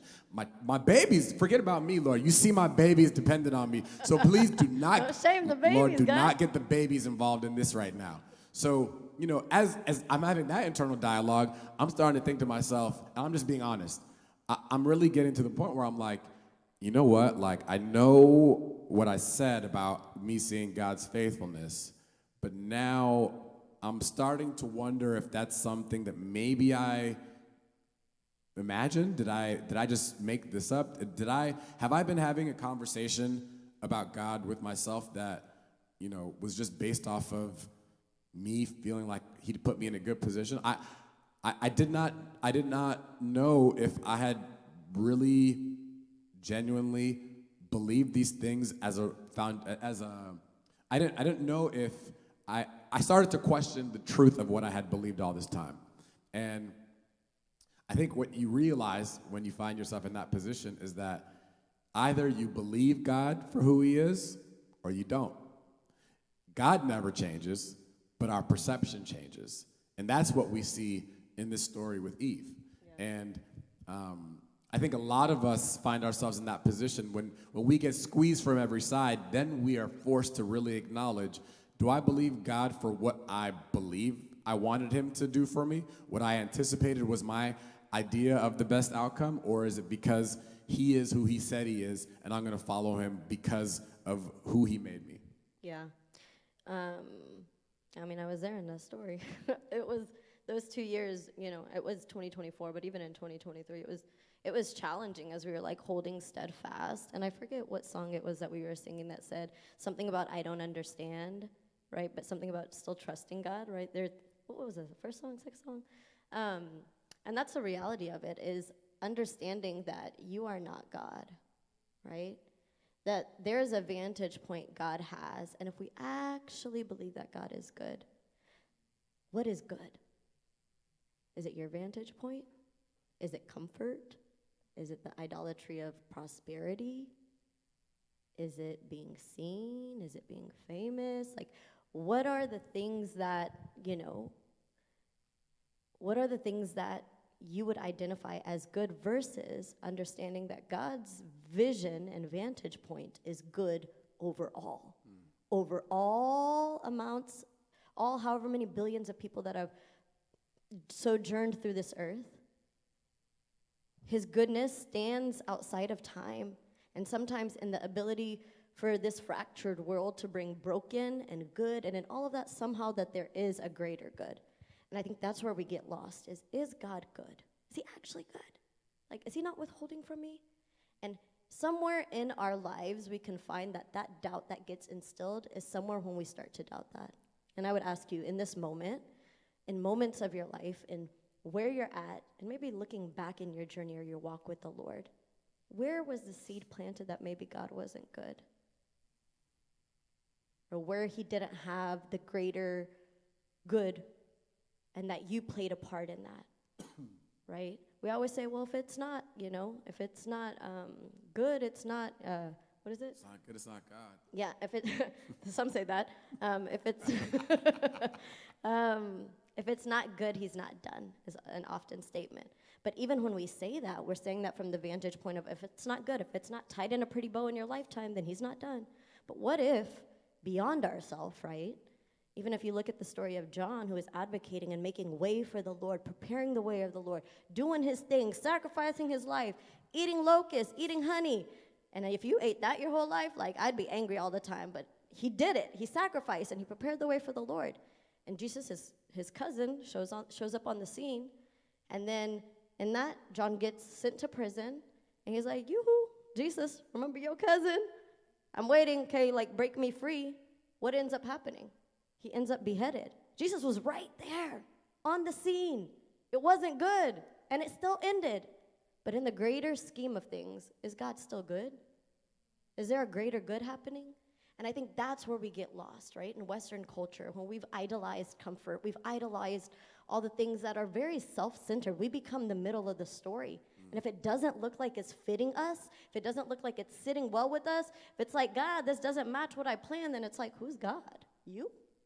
And I think even in my own journey, I can attest to having experienced that. I think the first moment I recognized that I had propensity to do this, and I was like, oh, the question of like good is a bigger question, God, was when I had just graduated pharmacy school, and I had been praying and asking the Lord. I was like, okay, where is it that you want me, God? Like, where do you want me to go? And I felt a huge impression. I'm very always leery of saying, like, God told me, right? Because we're human, what do we know? But God impressed upon my heart through countless different, as I read through scripture, as I had a very like vivid dream, and then a friend had prayed for me, and she had confirmed it, to move to Dallas, whether I had a job or not, just to be able to serve at the Dallas church. And this was like before Pathway was Pathway, right? And to, be a part of like the women's ministry. And I'm like, okay, God, so you've called me to this thing. I'm about to step out and do this thing. I had job offers. I was living in Oklahoma. I'm an Okie originally. I'm from Oklahoma. And so I had job offers in Oklahoma, but I was like, God's called me to Dallas. So I'm applying. And then there was like a huge layoff happening in the state. There were like 200 pharmacists that were being let go from one of the bigger PBMs. And I'm like, okay, clearly the market's not looking like this is the time, God, but I still trust and believe that you've called me. I'm going to move in faith. So here I am. I move in faith. I'm like searching for jobs, looking for jobs. I move in faith, and nothing is showing up. And then I started to question. I'm like, am I going crazy? Either I'm like making up this whole walk with God thing. Is like this a real thing? And as I started like sitting in that and like doubting God a little bit and doubting my own walk with the Lord, to a God that I had walked with, And just to give you context, I didn't grow up in the faith, right? So I grew up in a household that very much was like morally, like we do good. And my parents like sent us to church. I went to a white Baptist church in Oklahoma just for the morals, right? We want good kids. We want them to behave well. So we're going to send you to church because Lowe's is bad. You know, we got to send her out. So I'd go to church for that, but there was not any like actual encounter that I had. And it wasn't until I had turned 17 that I was like, okay, some people are crazy about God. And then there's me, like God's cool. There's a separation of like work, church, state. Like we talk about God, but only in church. And like the people that are crazy about God, it's a little extra. That was how I grew up. And then it made me wonder, why are they extra? What have they seen about God that I've never seen? And I started to question and ask these questions at 17. And when I started asking that, I'm like, God, show me. Whatever they're seeing, I want to see it. Why are they in the prayer closet for 2 hours? And I'm like, this guy prayed too long for lunch, you know? What are they experiencing differently than me? And so as I started walking with the Lord, I, on my own, started learning his voice intimately and like growing to know him more, reading my word. So when I came to that precipice of like decision making, I was like, did I make all this up? Maybe there isn't a God. Maybe he didn't do all this. Like maybe he's like, I'm psyching myself out. I'm not supposed to be in us. I should have taken the job in Oklahoma. Maybe I'm overthinking. Am I crazy? And in that, when we're operating in a broken world, we're living in a world where we have very demanding needs. We have sight. We have, we have sight. We have the ability to hear. We taste. We touch. There are very real needs like feeding our children or meeting the mortgage or getting a job. When those things press up against us, then the seed gets planted, right? Maybe I need to take this operations under my belt. Maybe I need to do it. And so that was the first time I started sensing myself questioning all of that. But I heard the Lord very early on check me in prayer. He was like, if my goodness depended on the outcome of your desire, is that the only way you'll follow? Is that the only way that I'm God? Is my whole existence as God of the universe, the one that doesn't owe you an answer, dependent on your desire for an outcome for a job? And then I said, all right, this is not the Job situation. You're putting me in my place. I don't know God.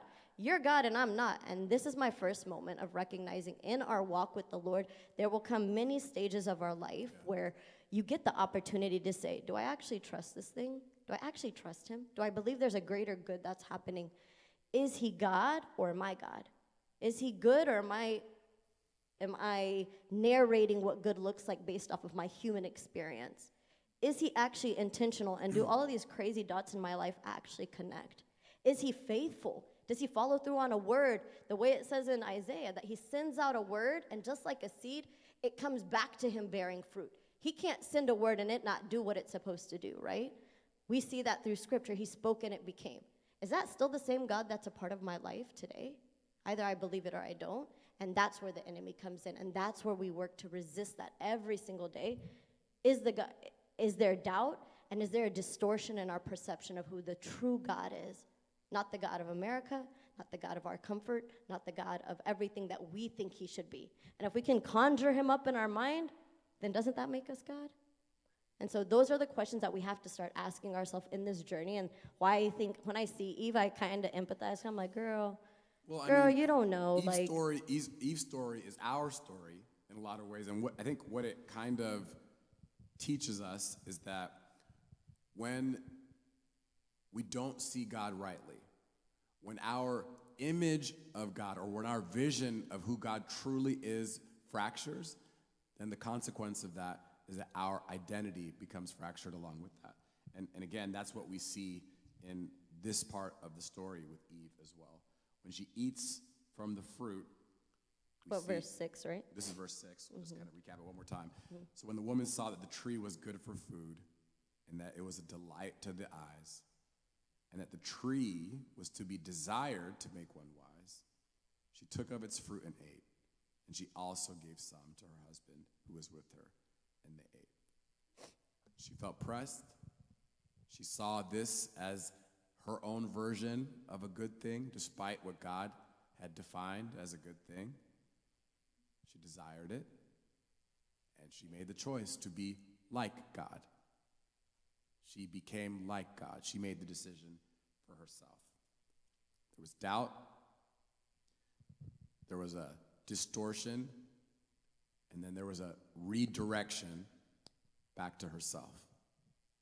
I think when we get pressed, as opposed to keeping our vision of God intact, we have the capacity to look back to ourselves and to do the thing that we feel makes most sense for ourselves. And I think what's interesting about this too is that the way in which the enemy, the serpent did this kind of resembles, it was similar to his own fall. Yeah, totally. I think it's, the gaze direction. That's all he wants.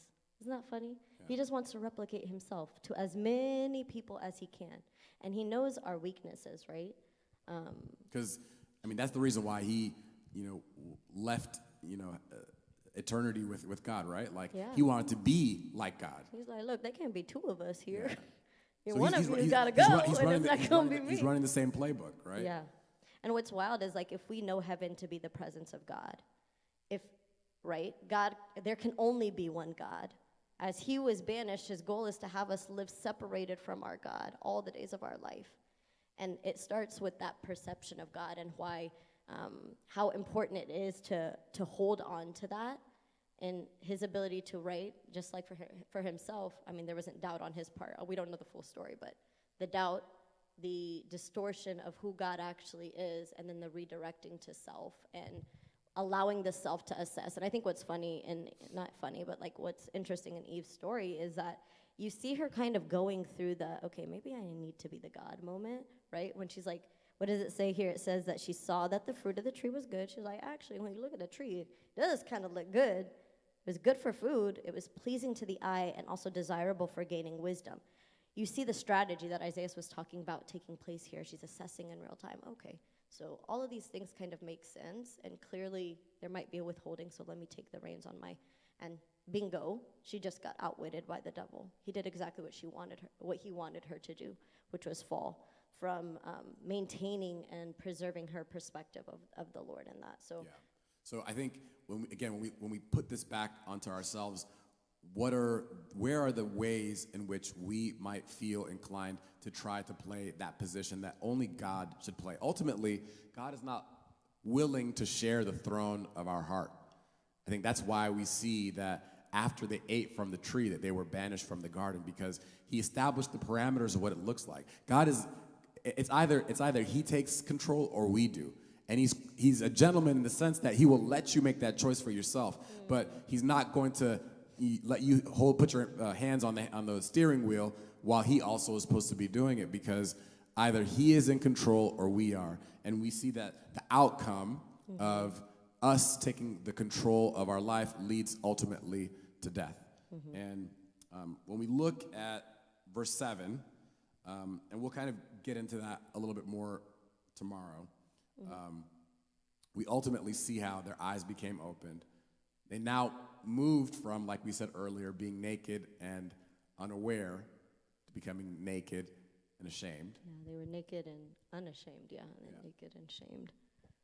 Which now that's where we at, right? That's me not going to the spa in our nakedness. But not just literally, but even figuratively. I think also it's interesting because now as we kind of move on from the fall and we see the implications of this over history, we see how even like when you start off as early as the Israelites, it's like these are people that God had literally moved mountains for them. He had shown them very clearly that he is God.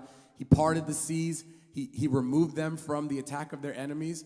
And just as quickly as he had done that, immediately they had almost forgotten that God had moved heaven and earth to put them in position to be with him. They started doubting if he was going to provide for them. They started worshiping golden calves in the wilderness. It's like, it doesn't, sometimes in these cases, what we find is that even when we see God up front, we still have to do the intentional job of protecting ourselves from the doubt that allows for us to forget the role that God was playing. Yeah, and that same cycle perpetuates itself, right? The devil started it, again, Eve, and then just like you were noting, it goes on and the Israelites do the same thing. They doubted God's goodness. The same God that delivered them from the hands of the Pharaoh, like you said. Like, they find themselves in the wilderness and like, well, looks like God done left us. Looks like he ain't here. We got to fend for ourselves. We ain't got no food. We ain't got nothing to drink. And God's not good anymore. It's like, how lest you forget? Did he not just deliver you? Are you there again? And in that doubting, it's that perpetuated cycle. The doubt started to creep in. They distorted that God was actually good and still in charge and still in control while they're in the wilderness. And then they redirected that to themselves and then erected whatever they thought could solve the problem. A calf, seeking themselves, not pursuing the Lord. It happened for them, and I think it's still happening for And you us see now, it in a know? different way when you look at the Pharisees. Now they put their hope in the rules that have been established around religion as opposed to the living God that came in the form of Jesus, right? So, you know, there's so many different ways that we apply this idea of, you know, putting our hope in the things that we want to hold on to as opposed to the living God himself. You see the same idea in the Enlightenment era where, you know, we put during that time, they put their hope in this idea of elevated human reason. So reason and is the way in which we kind of self-actualize. So if we can't reason our way to it, then it doesn't make any sense. Regardless of what God has to say about something, we put our hope in reason. And then when you fast forward to where we are today, social media in its own way, or technology, has kind of pushed us closer to trying to create our own silos where we project what we think is true reality. How are we supposed to look like?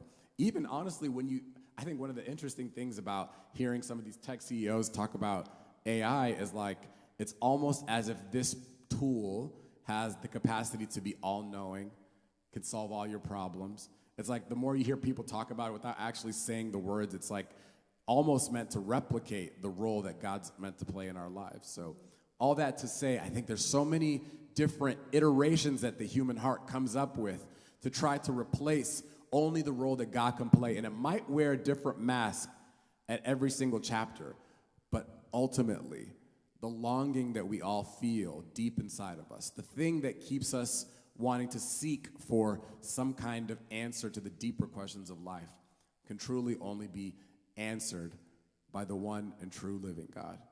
And unless we're willing to submit to that, we'll never really come to peace with that realization, because we can't be God the same time that God is God. Yeah, we make lousy humans and terrible gods, you know, and we try to do that, right, in our authority, in our now authority that we think we've got, right, that you're in the captain of your ship.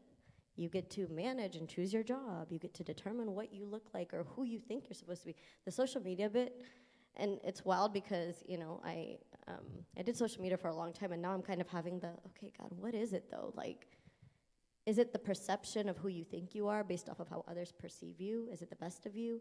And I think we now are just curating all of these things, trying to solve for the thing that got broken initially. And that was in seeing God, we are able to properly see him in who he is supposed to be. The God, ancient of days, the rock, the immutable one, the unchangeable one. And instead of viewing that rightly, our view has gotten fractured. We've looked to ourselves to now play God, to figure things out, to try to solve in this world. And thank God for God, because knowing that our efforts would just be futile, it'd be useless. We try and we try and we try and we try, and we can never redirect our gaze properly back. The God of the universe wrapped himself in flesh and came down to us to redirect our vision. Look, he's like, you ain't getting it, so I'm going to come down. And that's why in Scripture it says, and Isaiah, you can tell us what the verse is. We can have the band come up, too. To Loz's point, you're talking about Colossians? Yeah, he came and wrapped himself in flesh so that we'd have the image of what was so challenging for people over the course of history to see, the image of the invisible God. You know, and I think that's what it says, in Colossians. So what the exact verse? Colossians 1:15. He is the image of the invisible God, the firstborn of all creation. So Jesus is really the perfect example of image bearing. We see here that in the garden, when we see the fall happen, ultimately, this whole aspect of human history following has really been us trying to reconcile ourselves back to God. But we see finally that in Jesus we have the perfect image that was given to us. So not only did Jesus solve the issue of salvation and reconciling back to God, he also modeled for us what it looks like to be someone who can truly reflect God's image properly. And like Loza was saying, he came here wrapped in humanity in order to give us a proper example of how to do that. So we say all of this to paint the picture of how things started and how things kind of fell apart. Ultimately, what we really want to do here is to redirect our gaze to see God rightly. Now, this is something, if you've never met Christ for yourself before, if you've never made the decision to follow him, this, of course, definitely relates to you, because accepting Christ in your life is the most important thing that we can do to really live a life with our Creator. But this is also a message to us who are believers. This is a message for us to go deeper, because I think, like we've been talking about, there's a capacity for us to be in proximity to God, but still be so far away. And the reason for that sometimes is that we will adopt a belief about God that might not be true. It might be half true. We might have been actually walking with a little rock in our shoe, kind of hobbling around, not realizing that slowly over time, we've gotten kind of worn down, because maybe the things that we once believed about God, we're now starting to question. Maybe we find ourselves in a place where we're starting to doubt the truth of who God is. So our desire this weekend, as we go through the trajectory of what it means to really first see God for who he truly is and really establish that first, is because until we can truly see God for who he is, unadulterated by our bad experiences, unadulterated by the things that we've heard, until we can truly see God for who he is, the one that made us, the one that took time to reflect his image on us, until we can truly do that, then it's impossible for us to see ourselves for who God truly designed us to be. It's impossible for us to see us as heaven's version, not the one that we've kind of just accepted along the way. The things that people have mistakenly spoke about us. The things that aren't true, but we've now just over time said that maybe this is the reality and I can't do anything about it. So once we see God truly and we see ourselves truly, then we can start looking to what it means to really live a life that's full of purpose. And that's our goal for this weekend. Because as people who are called by him, the worst thing that we can do is to be just close enough to him, but still so far away. And I think that's the story for a lot of us. I can relate to that myself. The idea that you can say all the right things, that you can know all the right things, but you haven't fully trusted and believed. Like Pastor Matt said, no one knows this, no one can perceive this other than you. The external representation for this is indecipherable. We could have our hands up, we can sing all the songs, and we could still be living our life in a way, even if we're not actively sinning, we could still be living our life in a way where we haven't fully trusted that God is truly who he says he is. So our goal this weekend is for us to reshift our gaze. And we're going to go through some different things to also help us gain the awareness and invite God into the process. Yeah. We don't know what we don't know, right? And often I like to say, God, I don't know me. I'm not going to cry. But you know me, God. And I think the fact that any creator who creates something doesn't create just to be busy. If I have two pieces of wood that I need to bring together, I have to design something that's going to be sharp enough to penetrate past both woods. So I'm going to design and craft a nail properly. Then I'll craft a hammer properly to do what I intended for it to do. And that's what God did, having imagined us in the secret place of his mind, like Psalm 139 tells us. It says, before we were put in our mother's womb, he knew us. He imagined us. He saw a need and then created us. And then he glorified himself in a work that he predestined for us to do. And we'll get into our purpose later. But as we take time to be self-aware and say, you know, God, I actually really don't know myself. I know what I think I'm supposed to be. I know what my parents think I should be. What others, when the world looks at me, I know what I think I'm supposed to look like. But I actually don't know me, God. Would you show me? When we get to that place, I think the beauty is the first place that we look and we start to ask ourselves, are there areas in my life, Lord, where doubt has misconstrued the way that I view you? Where maybe there's a narrative being told that maybe you're not good, or you don't have good plans for me, or that the outcome doesn't end up well for me? Are there areas in my life where I've not trusted you in my finances, in my relationships, in areas where you're holding on to relationships that you need to let go of? In areas where you've not even consulted God before you've sought what it is you're going to study, or what it is you're going to do, or where you're going to go. Who's the captain here? Even in those moments, that shows you that the gaze has always been directed at yourself rather than looking to the one.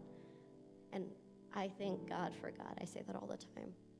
Because he knows that we can't do it on our own. And in that, he gave us Jesus.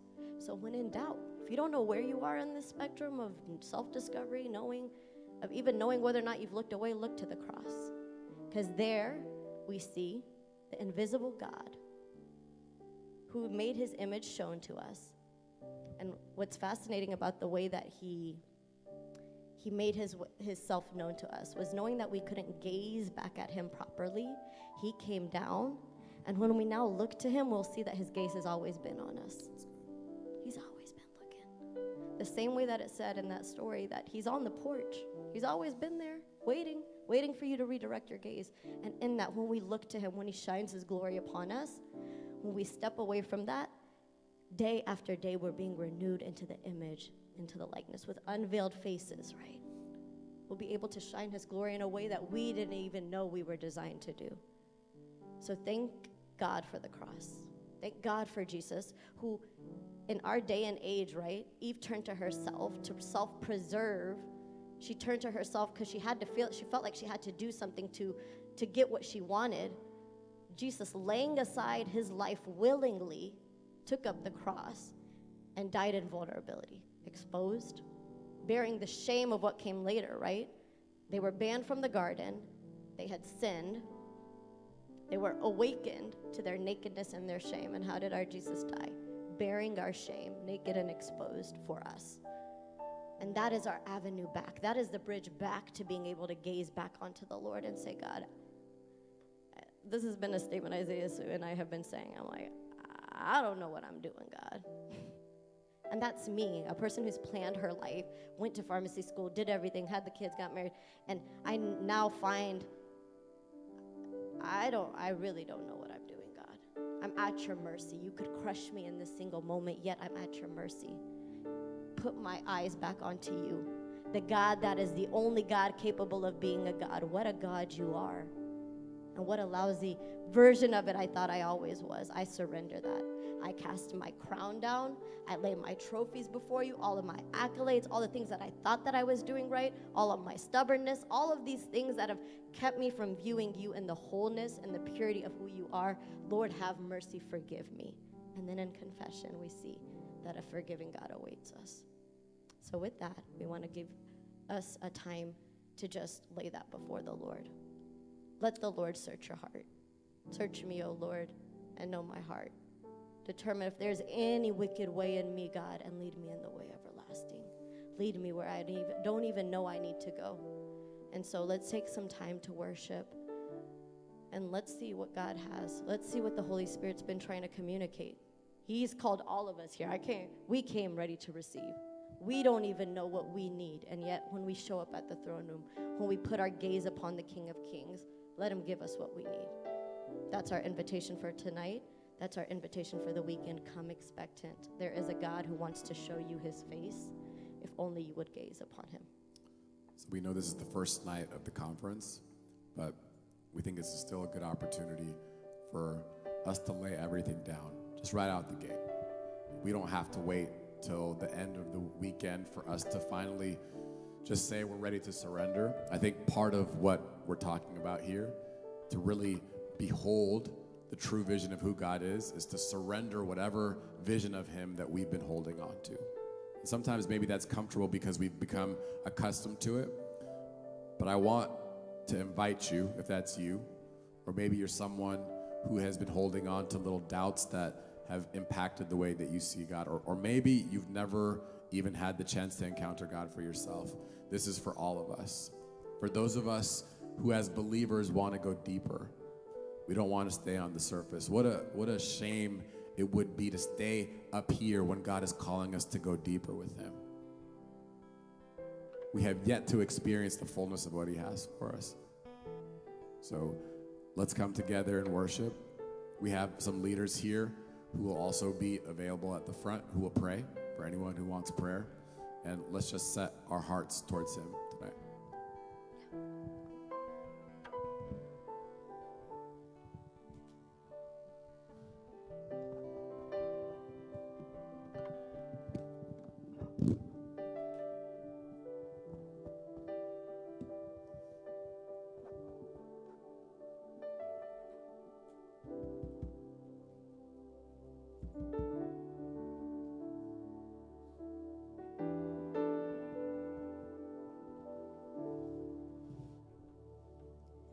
If the highest place I reach is at your feet, then I've done it all. If the best thing that I've seen is your glory, then I've seen it all.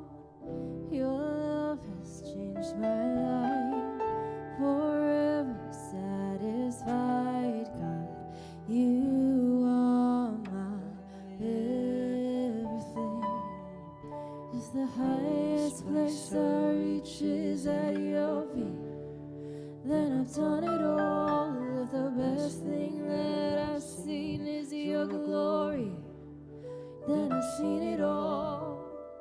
Your love has changed my life, forever satisfied. God, you are my if the highest place I reach is at your feet, then I've done it all. If the best thing that I've seen is your glory, then I've seen it all. Your love has changed my life, forever satisfied. God, you are my if one word is the only thing you speak, then I've heard it all. If I feel your heart and never see your hand, I still have it all. No treasure of this life could ever satisfy. God, you are my everything. God, you are God. You are my everything. God, you are God. You are my everything. If the highest place I reach is at your feet, then I've done it all. If the best thing that I've seen is your glory, then I've seen it all. Your love has changed my life, forever satisfied. God, you are my if the highest place I reach is at your feet, then I've done it all. If the best thing that I've seen is your glory, then I've seen it all. Your love has changed my life, forever satisfied. God, you are my if one word is the only thing you speak, then I've heard it all. If I feel your heart and never see your hand,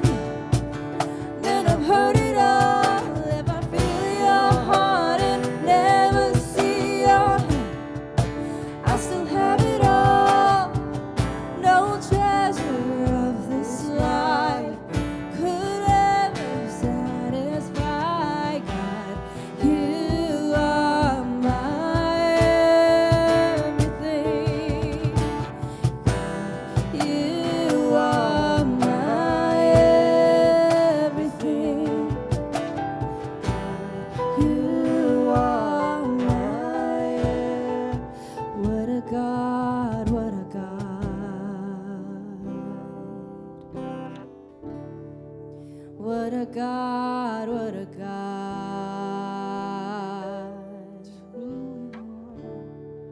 What a God, what a God.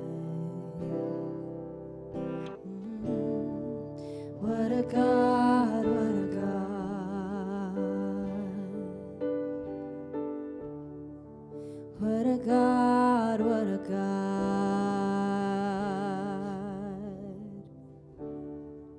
What a God, what a God. Oh, what a God, what a God.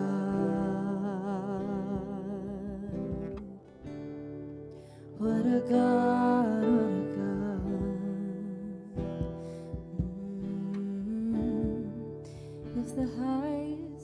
If the highest place I'll reach is at your feet, then I've done it all.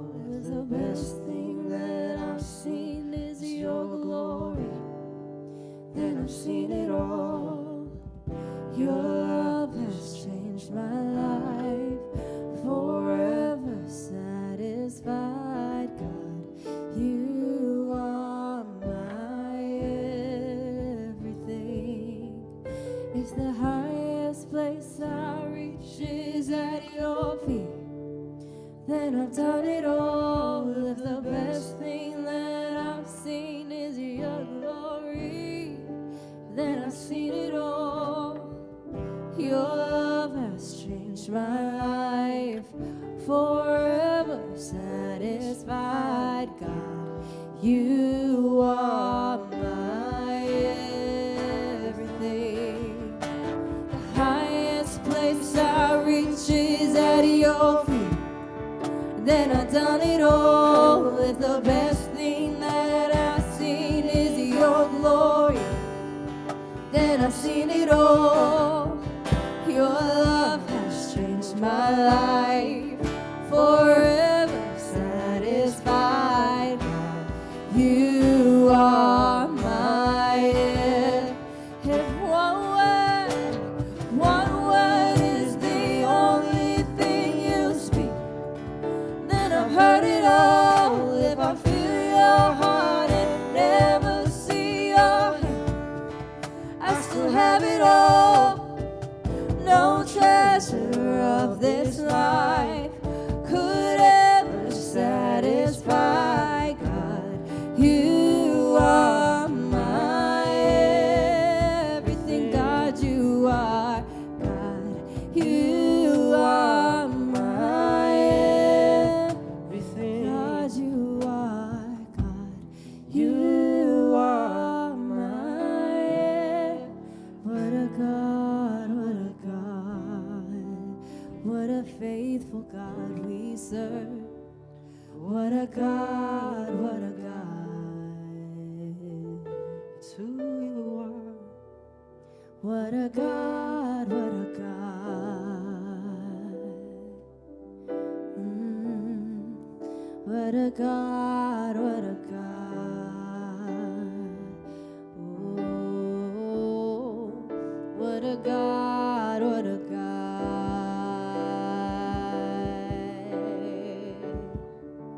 What a God, what a God. Oh, what a God, what a God.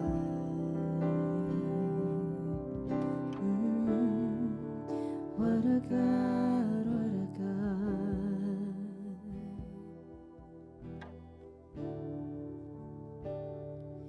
Better is one day in your courts. Better is one day in your house. Better is one day in your courts than 1,000 elsewhere. Better is one day in your courts. Better is one day in your house. Better is one day in your courts than 1,000 elsewhere. Better is one day in your courts. Better is one day in your house. Better is one day in your courts than 1,000 elsewhere. Oh, better is one day in your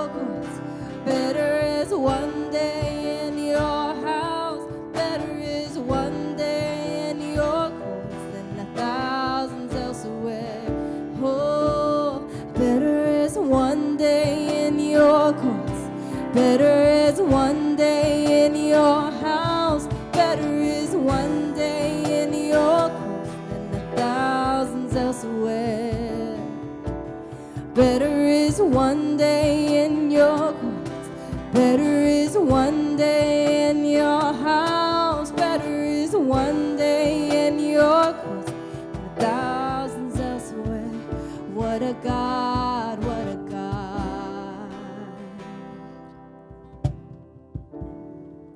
What a God, what a God. What a God, what a God. Oh, what a God, what a God. We sing, what a God, what a God, what a God. What a God, what a God. What a faithful God we serve. What a God, what a God. It's who you are. What a God, what a God.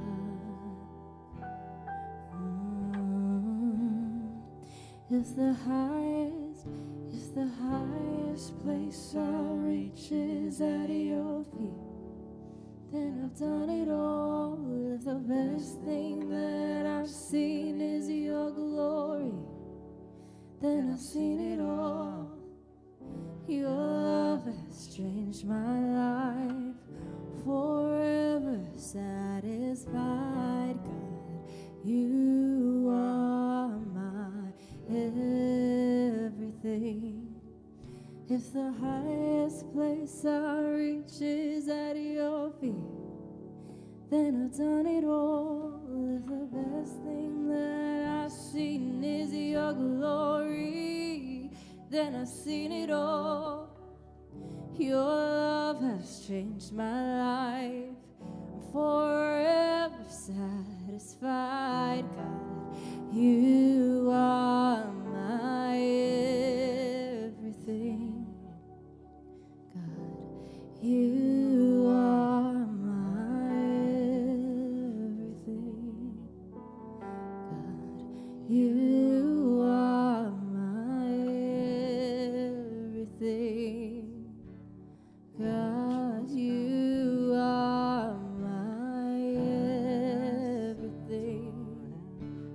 God, you are my everything. God, you are my everything. God, you are my everything. God, you are my everything. God, you are my everything. Be my everything. Angels bow. Be my everything. Be my everything, God. Oh, be my everything. Be my everything. Be my everything, God. Oh, be my everything. Be my everything. Be my everything. Oh, be my everything. Be my everything. Be my everything.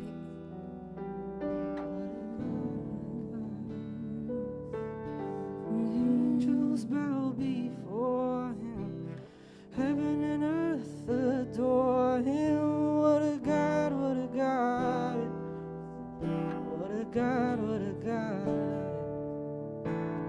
Angels bow before him, heaven and earth adore him. What a God, what a God. what a God. And angels bow before him. Heaven and earth adore him. What a God, what a God. What a God, what a God. And angels bow before him. Heaven and earth adore him. What a God, what a God. What a God, what a God. He's our God. And angels bow before him. And heaven and earth adore him. What a God, what a God. You're our God, you're our God. The angels bow before him. Heaven and earth adore him. What a God, what a God. What a God. Angels bow before him. Heaven and earth adore him. What a God, what a God. What a God, what a God.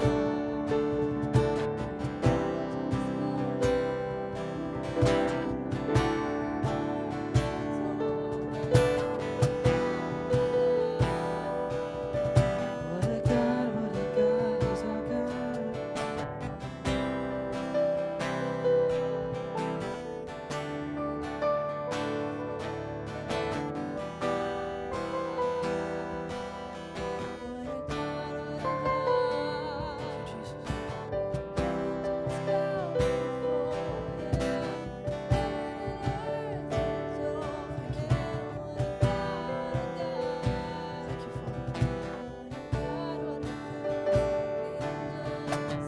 Angels bow before him.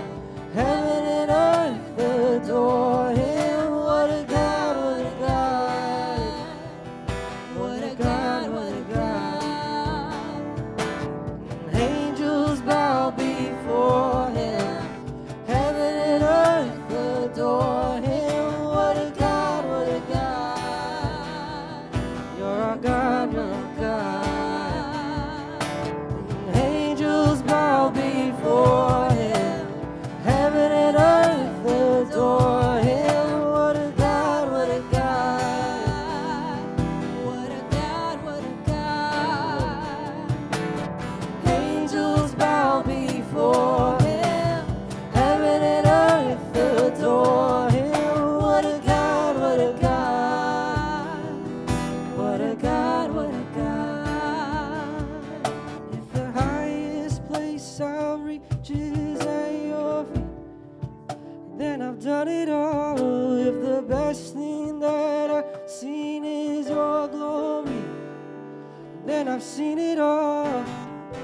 Your love has changed my life, forever satisfied. God, you are my everything.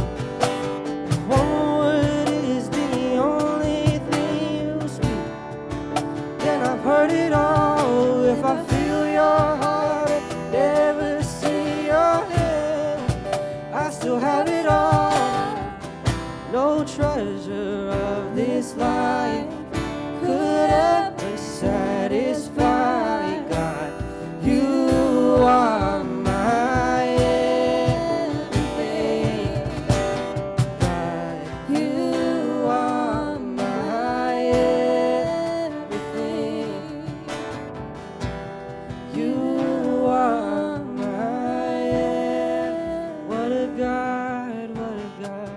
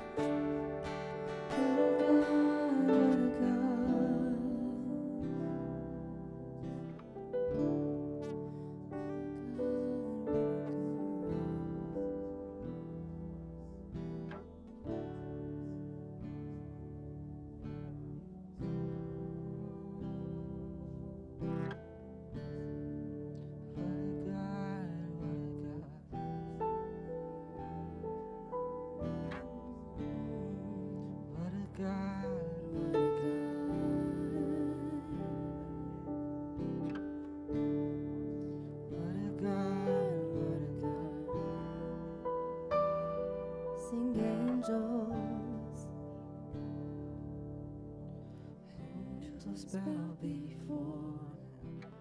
Heaven and earth adore him. What a God, what a God. What a God, what a God. Angels bow before him. Heaven and earth adore him. What a God, what a God. What a God, what a God. Angels bow before him. Heaven and earth adore him. What a God, what a God. What a God, what a God. Angels bow before him. Heaven and earth adore him. What a God, what a God. What a God, what a God. Yes, Lord. Angels bow before him. Heaven and earth adore. What a God, what a God. Yes, Lord. What a God, what a Yes, Lord. God. Accept our worship, Father. Angels bow Yes, Lord. before him. Heaven and earth adore offering, him. What a God, what a God. What a God, what a God. Yes, Lord. What a God, Father. What a God you are, Lord. As we sing to you, Father, the Almighty, the Holy of Holies, Lord, the King of Kings, Lord, let us just come near your presence, Lord, as you just overflow this room, Father. Let us break in praise of who you are and what you've done in our lives, oh God.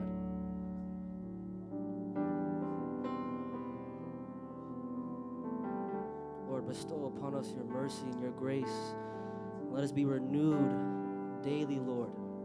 And in this moment, Lord, I pray that you just administer to our hearts, Father. That you break this bondage that may hold us, Lord, the perception that comes from the enemy, Lord. Holy, holy, holy you are, Father. Holy, holy you are, Lord. There's nothing more that we want to do but just fall before your feet, Father, and just worship you, Lord. Let us lift our hands and bow down in reverence for who you are, Lord. Let us hold fast to the truth, Father, of who you are in our lives. Oh, Spirit, I pray that you break any stronghold in Jesus' mighty name. I pray, Lord, that you enlighten the hearts of my brothers and sisters, your sons and daughters, Lord. And you bring us to this remembrance of who you are, Father. As we sing to you, Lord, as we give you this offering, oh God, of our worship, let's just glorify you, Lord. Give you glory in all things that you so rightfully deserve, oh God. Alpha and Omega, Lord. Our Creator, our Father who is in heaven. Let us sing to you.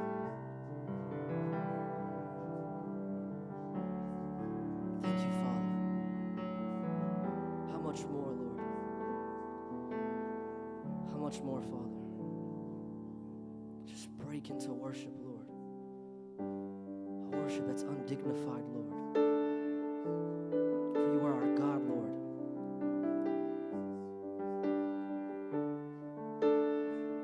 Lord, let us just be united, Lord.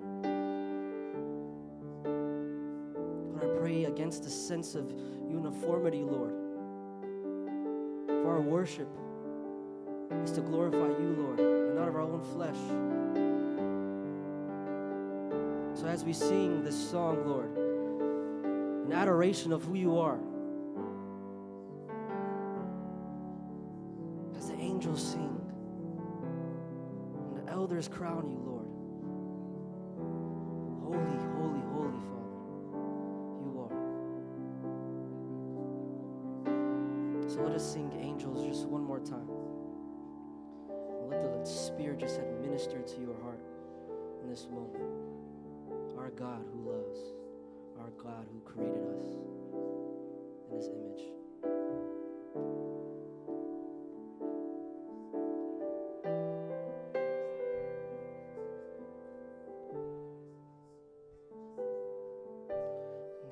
Angels bow before him, heaven and earth adore him. What a God, what a God, what a God, what a God. And angels bow before him, heaven and earth adore him. What a God, what a God. What a God, what a God. Angels bow before him, heaven and earth adore him. What a God, what a God. What a God, what a God. Angels bow before him, heaven and earth adore him. What a God, what a God. What a God, what a God. Angels bow before him, heaven and earth adore him. What a God, what a God. Fill this room up with What worship. a God, what a God. Angels bow before him, heaven and earth adore him. What a God, what a God. What a God, what a God. Angels bow before him, heaven and earth adore him. What a God, what a God. What a God, what a God. Angels bow before him, heaven and earth adore him. What a God, what a God.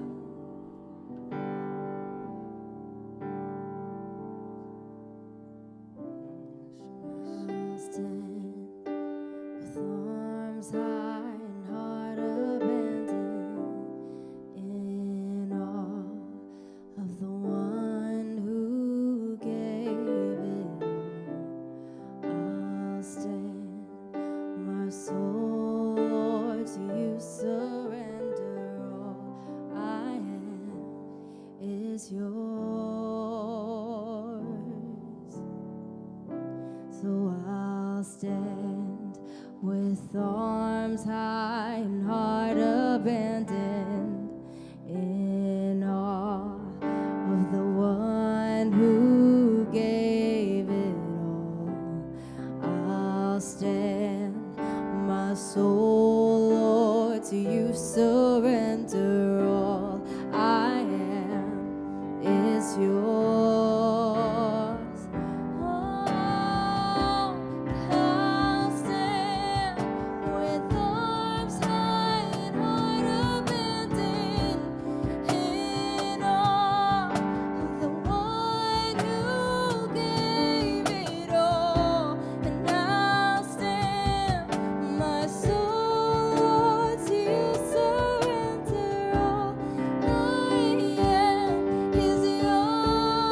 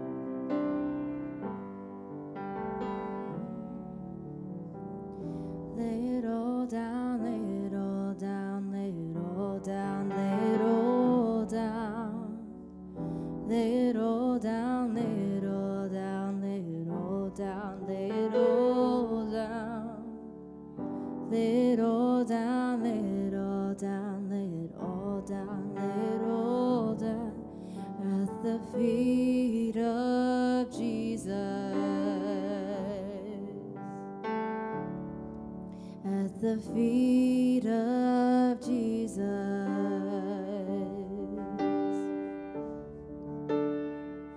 Little down, little down, little down, little down. Little down, little down, little down, little down. Little down, little down, little down, little down. At the feet of Jesus. Oh, at the feet of Jesus. Oh, at the feet of Jesus. At the feet of Jesus. Oh, little down, little down, little down, little down. Little down, little down, little down, little down. Little down, little down, little down, little down. At the feet of Jesus. Lay your burdens down at the feet of Jesus. All anxiety at the feet of Jesus. All of your fears at the feet of Jesus. Oh, lay it all down, lay it all down, lay it all down, lay it all down. Lay it all down, lay it all down, lay it all down, lay it all down. Lay it all down, lay it all down, lay it all down, lay it all down at the feet of Jesus. Oh, lay it all down, lay it all down, lay it all down, lay it all down. Lay it all down, lay it all down, lay it all down, lay it all down. Lay it all down, lay it all down, lay it all down, lay it all down at the feet of Jesus. Oh, at the feet of Jesus.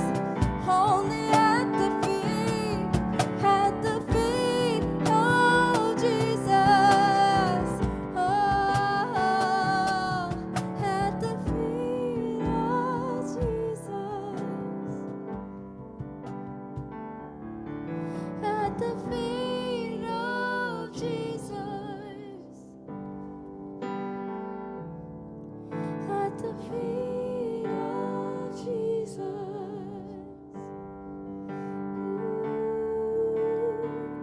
Lay it all down, lay it all down, lay it all down. Lay it all down, lay it all down, lay it all down.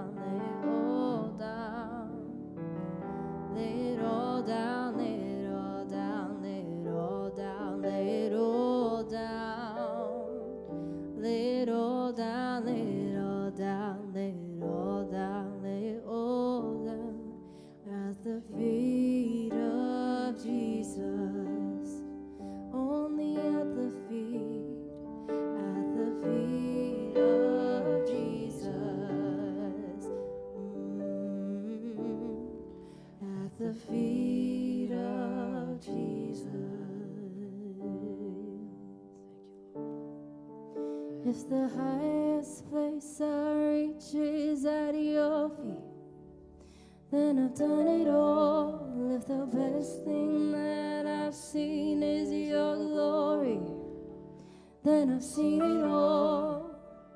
Your love has changed my life, forever satisfied. God, you are my everything.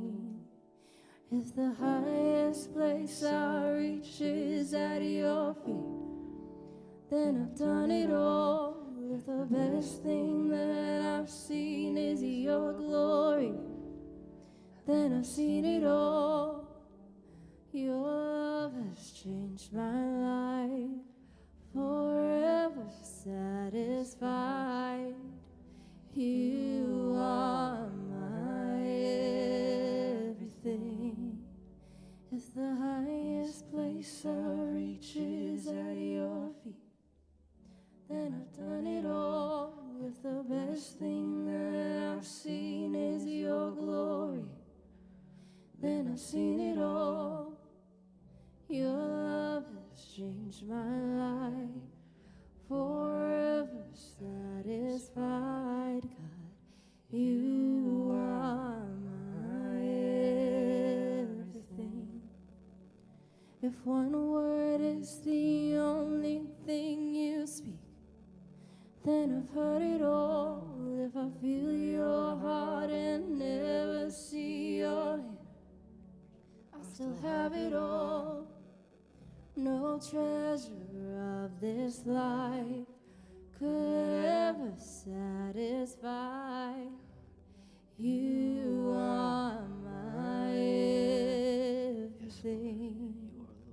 If one word is the only thing you speak, then I've heard it all. If I feel your heart and never see your hand, I still have it all. No treasure of this life could ever satisfy. God, you are my everything. God, you are my everything. God, you are my everything. What a God, what a God.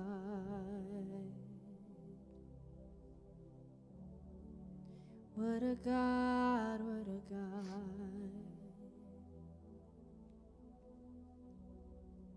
What a God, what a God is who you are. What a God, what a God. What a God, what a God. What a God, what a God. What a God, what a God is who you are. What a God, what a God. Sing angels. Angels bow before you. Heaven and earth adore you. What a God, what a God. What a God, what a God. Angels bow before him. Heaven and earth adore him. What a God, what a God. What a God, what a God. Angels bow before him. Heaven and earth adore him. What a God, what a God. What a God, what a God. Angels bow before him. Heaven and earth adore him. What a God, what a God. What a God, what a God. God, what a God.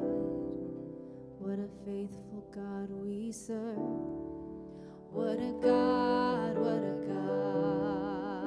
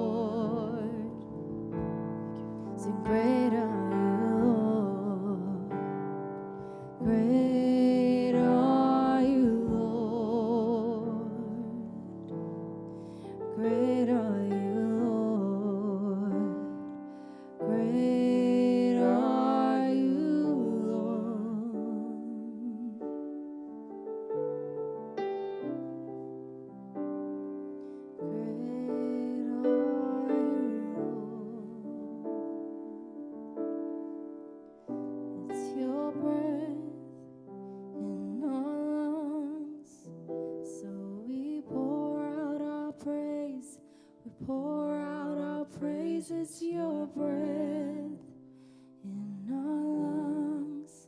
So we pour out our praise, holy. Great are you, Lord. Great are you, Lord. Great are you, Lord. Great are you, Lord. Great are you, Lord. We sing, great are you, Lord. Great are you, Lord. Great are you, Lord. Great are you, Lord. Sing, it's your breath, it's your breath in our lungs.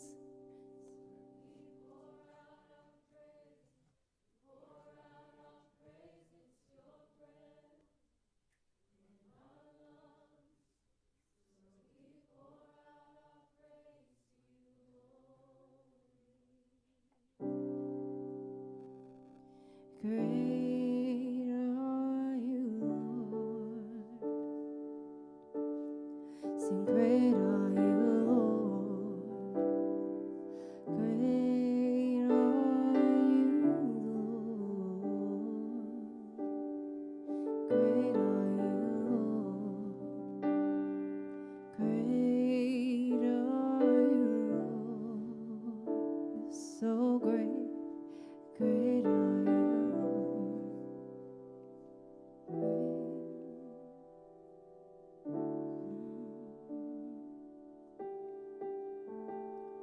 and all the earth will shout your praise. Our hearts will cry, these bones will sing.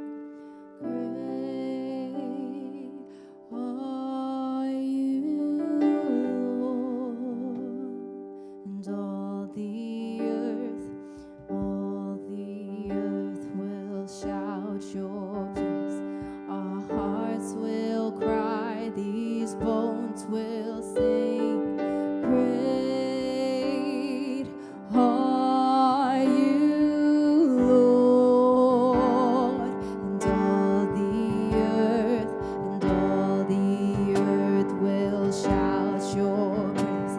Our hearts will cry, these bones will sing. Great are you, Lord, and all the earth will shout your praise. Our hearts will cry, these bones will sing. Great are you, Lord. It's your breath in our lungs. So we pour out our praise. We pour out our praises. Your breath in our lungs. So we pour out our praise. We pour out our praises. Your breath in our lungs. So we pour out our praise. We pour out our praises. Your breath in our lungs. So we pour out our praise to you only. Great are you, Lord. Great are you, Lord.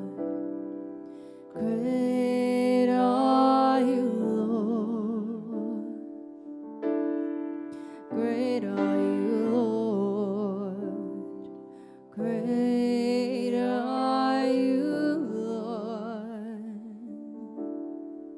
Great are you, Lord. Great are you, Lord. Just continue to worship our Lord. continue to worship him in your own way, whether that be crying, whether that be in silence, whether that be singing, whether that be praying to him, whatever it is, worship to him in your own way. Right now, this is your time with God. Right now, this is your time to connect with him. This is your time to let everything down. Right now is your time to fully surrender and submit all the things that you were holding back from him, all the things that you wanted in your control. Now is the time to release that. Now is the time to let go of the anxiety and the fear that you harbor in your heart, to welcome the peace of the Lord. And right now is your time to be with him.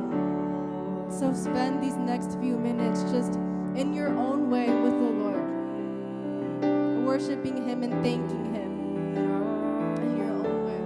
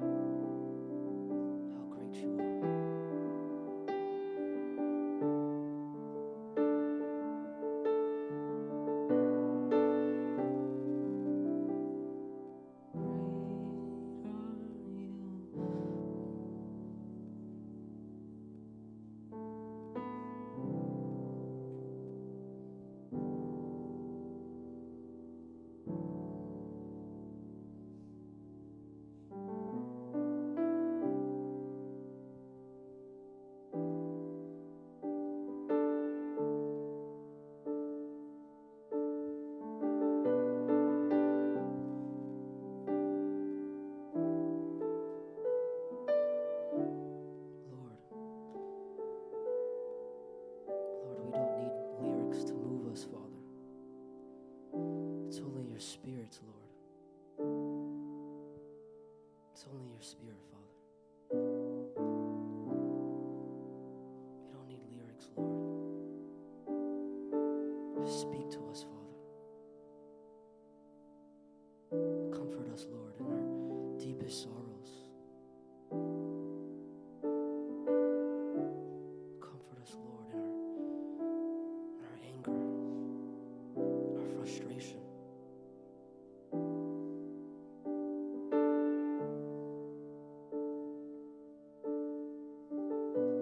We don't need lyrics, Lord.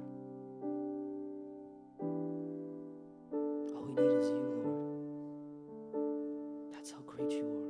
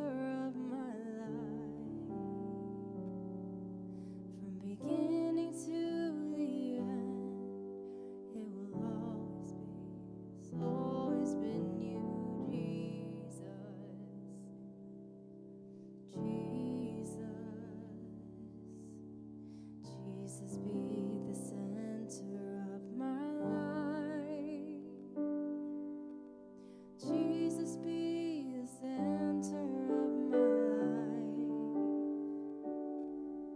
From beginning to the end, it will always be. It's always been you, Jesus. Jesus. Jesus. Jesus. Nothing else matters. Nothing in this world will do.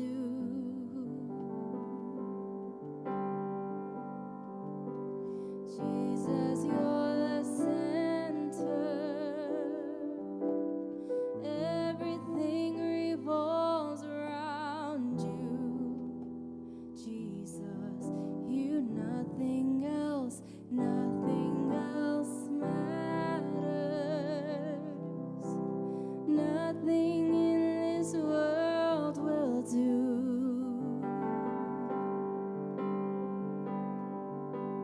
Jesus, you're the center.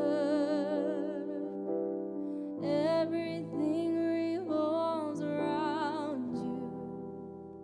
Jesus, you, from my heart to the head. Jesus,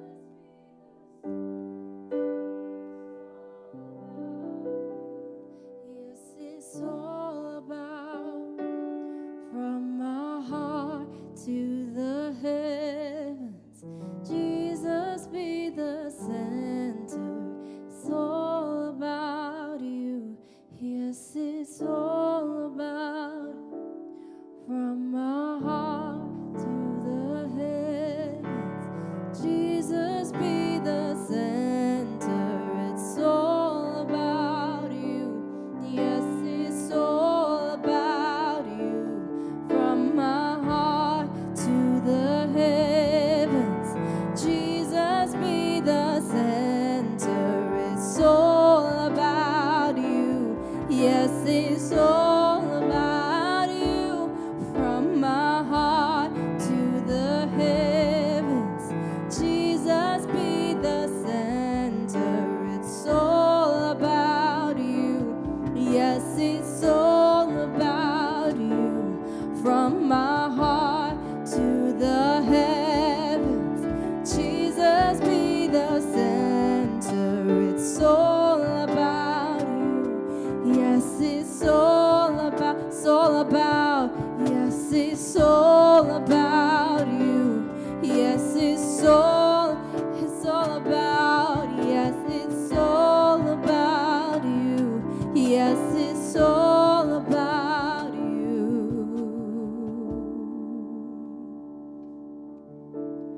Jesus, be the center of your church. Jesus, be the center of your church. Every knee will bow and every tongue shall confess you, Jesus. Jesus, everybody say Jesus. Jesus, oh Jesus.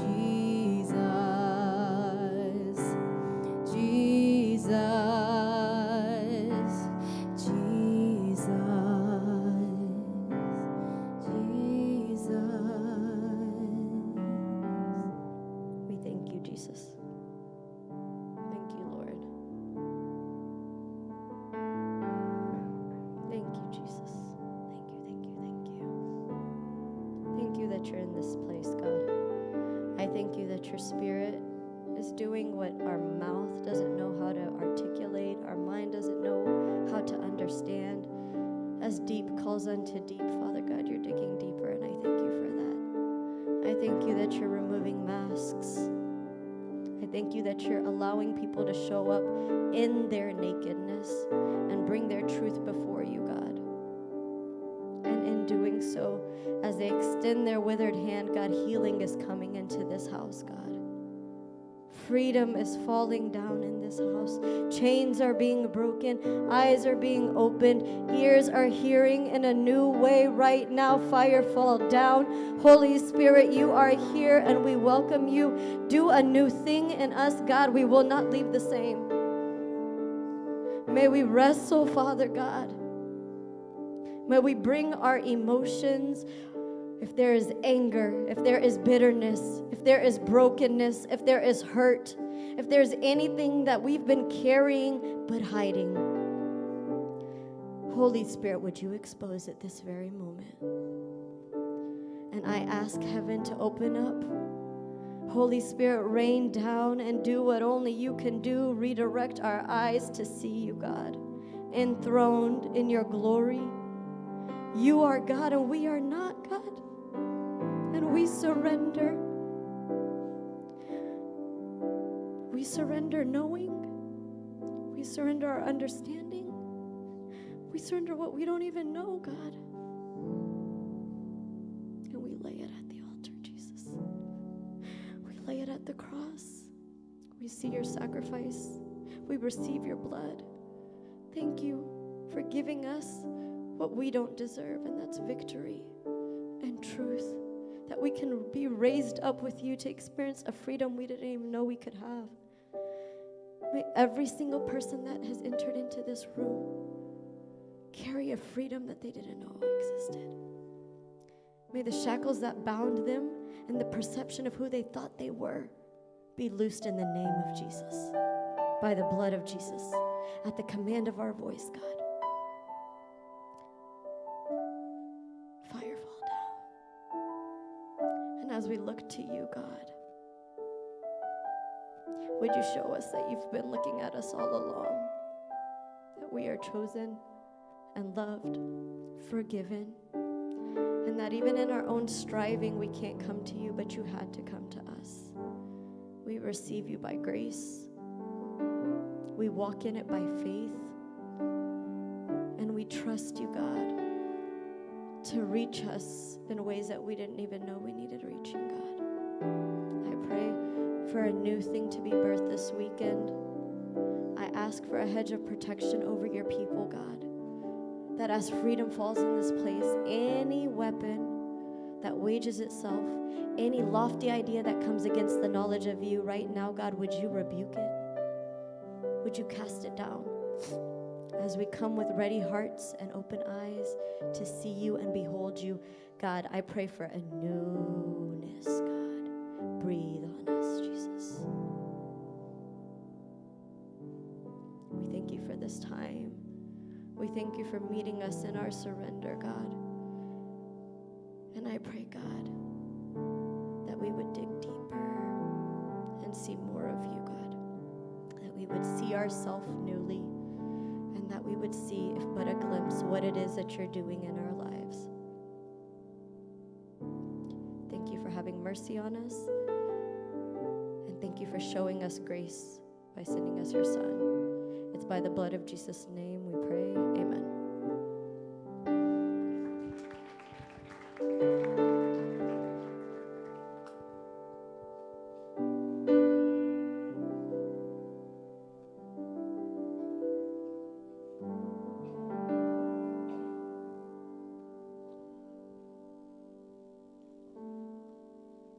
That got really bright. I mean, it's just a beautiful time of worship with the Lord. All right, so I'm old. I've been following the Lord for a while. And one of the things, I know sometimes it's difficult to surrender. Some of us, we struggle. I struggled with this, where I kind of want to see what God is going to do. And once I see if I agree with what he's going to do, then I can follow him. I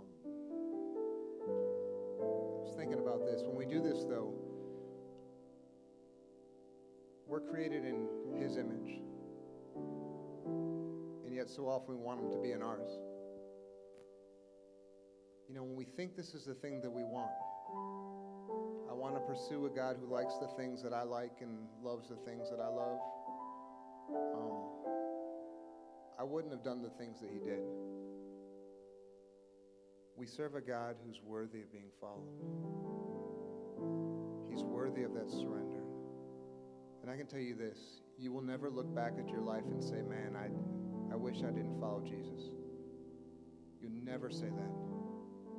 What you'll look back in your life when you get my age and older is you'll say, I wish I had followed Jesus earlier. Right? So, surrender. And the way that we can do this, and I love how it was put, we have to see him. We see him as he truly is at the cross. If our God will give up his son for us, allow him to be tortured, his blood shed, and he says, right, I'm doing this for you. I'm going to take your sin and give you my righteousness. I never have to doubt if that God loves me. I always know. Jesus is your Savior. You are loved. You are cherished. And it's not about your faith, your faithfulness to him. It's about his faithfulness to you. Right? That's the God that we serve. So let's close it out. One final quick prayer. Then we're going to get a message, and then it's time to eat. So, Father God, thank you for being forever faithful. Thank you just for your presence tonight. Just the comfort that you provide, the conviction that you give us. Lord, thank you for your faithfulness. Thank you that you have a plan and a purpose that we don't even see in this time. Lord, and our prayer is singular. It's just we pray that you have your way. For everyone here, Lord, I just pray that they come to know you, that they find you in the seeking, and that your will be done in their lives. In Jesus' name. So, Lord, we love you. We thank you. Everything that you've done tonight and everything you have planned in the future. One more time, we pray in Jesus' name. Amen.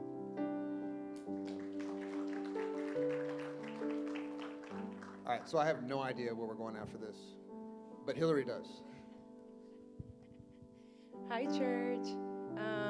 Thank you again to the speakers, and thank you for the worship leaders and even our people up there. It's a pleasure that you guys, it means a lot that you guys get to come here. So that you're sacrificing your children and even your dog. So thank you guys for coming here. We never forget them. So thank you. So I'm just going to announce where we're going to eat tonight. First off, can you please go to the GroupMe QR code? Guys, please join the GroupMe. That's where we're going to be announcing every detail, whether we have shirts left or whether the plans have changed in terms of food places. So please join the GroupMe. It's very, very important. And then next slide, please, Yafet. Thank you. Another one? We're going to do that at a different time. Okay, perfect. So tonight we're going to In-N-Out and Cane's, your favorite spots. So I did write up a list of other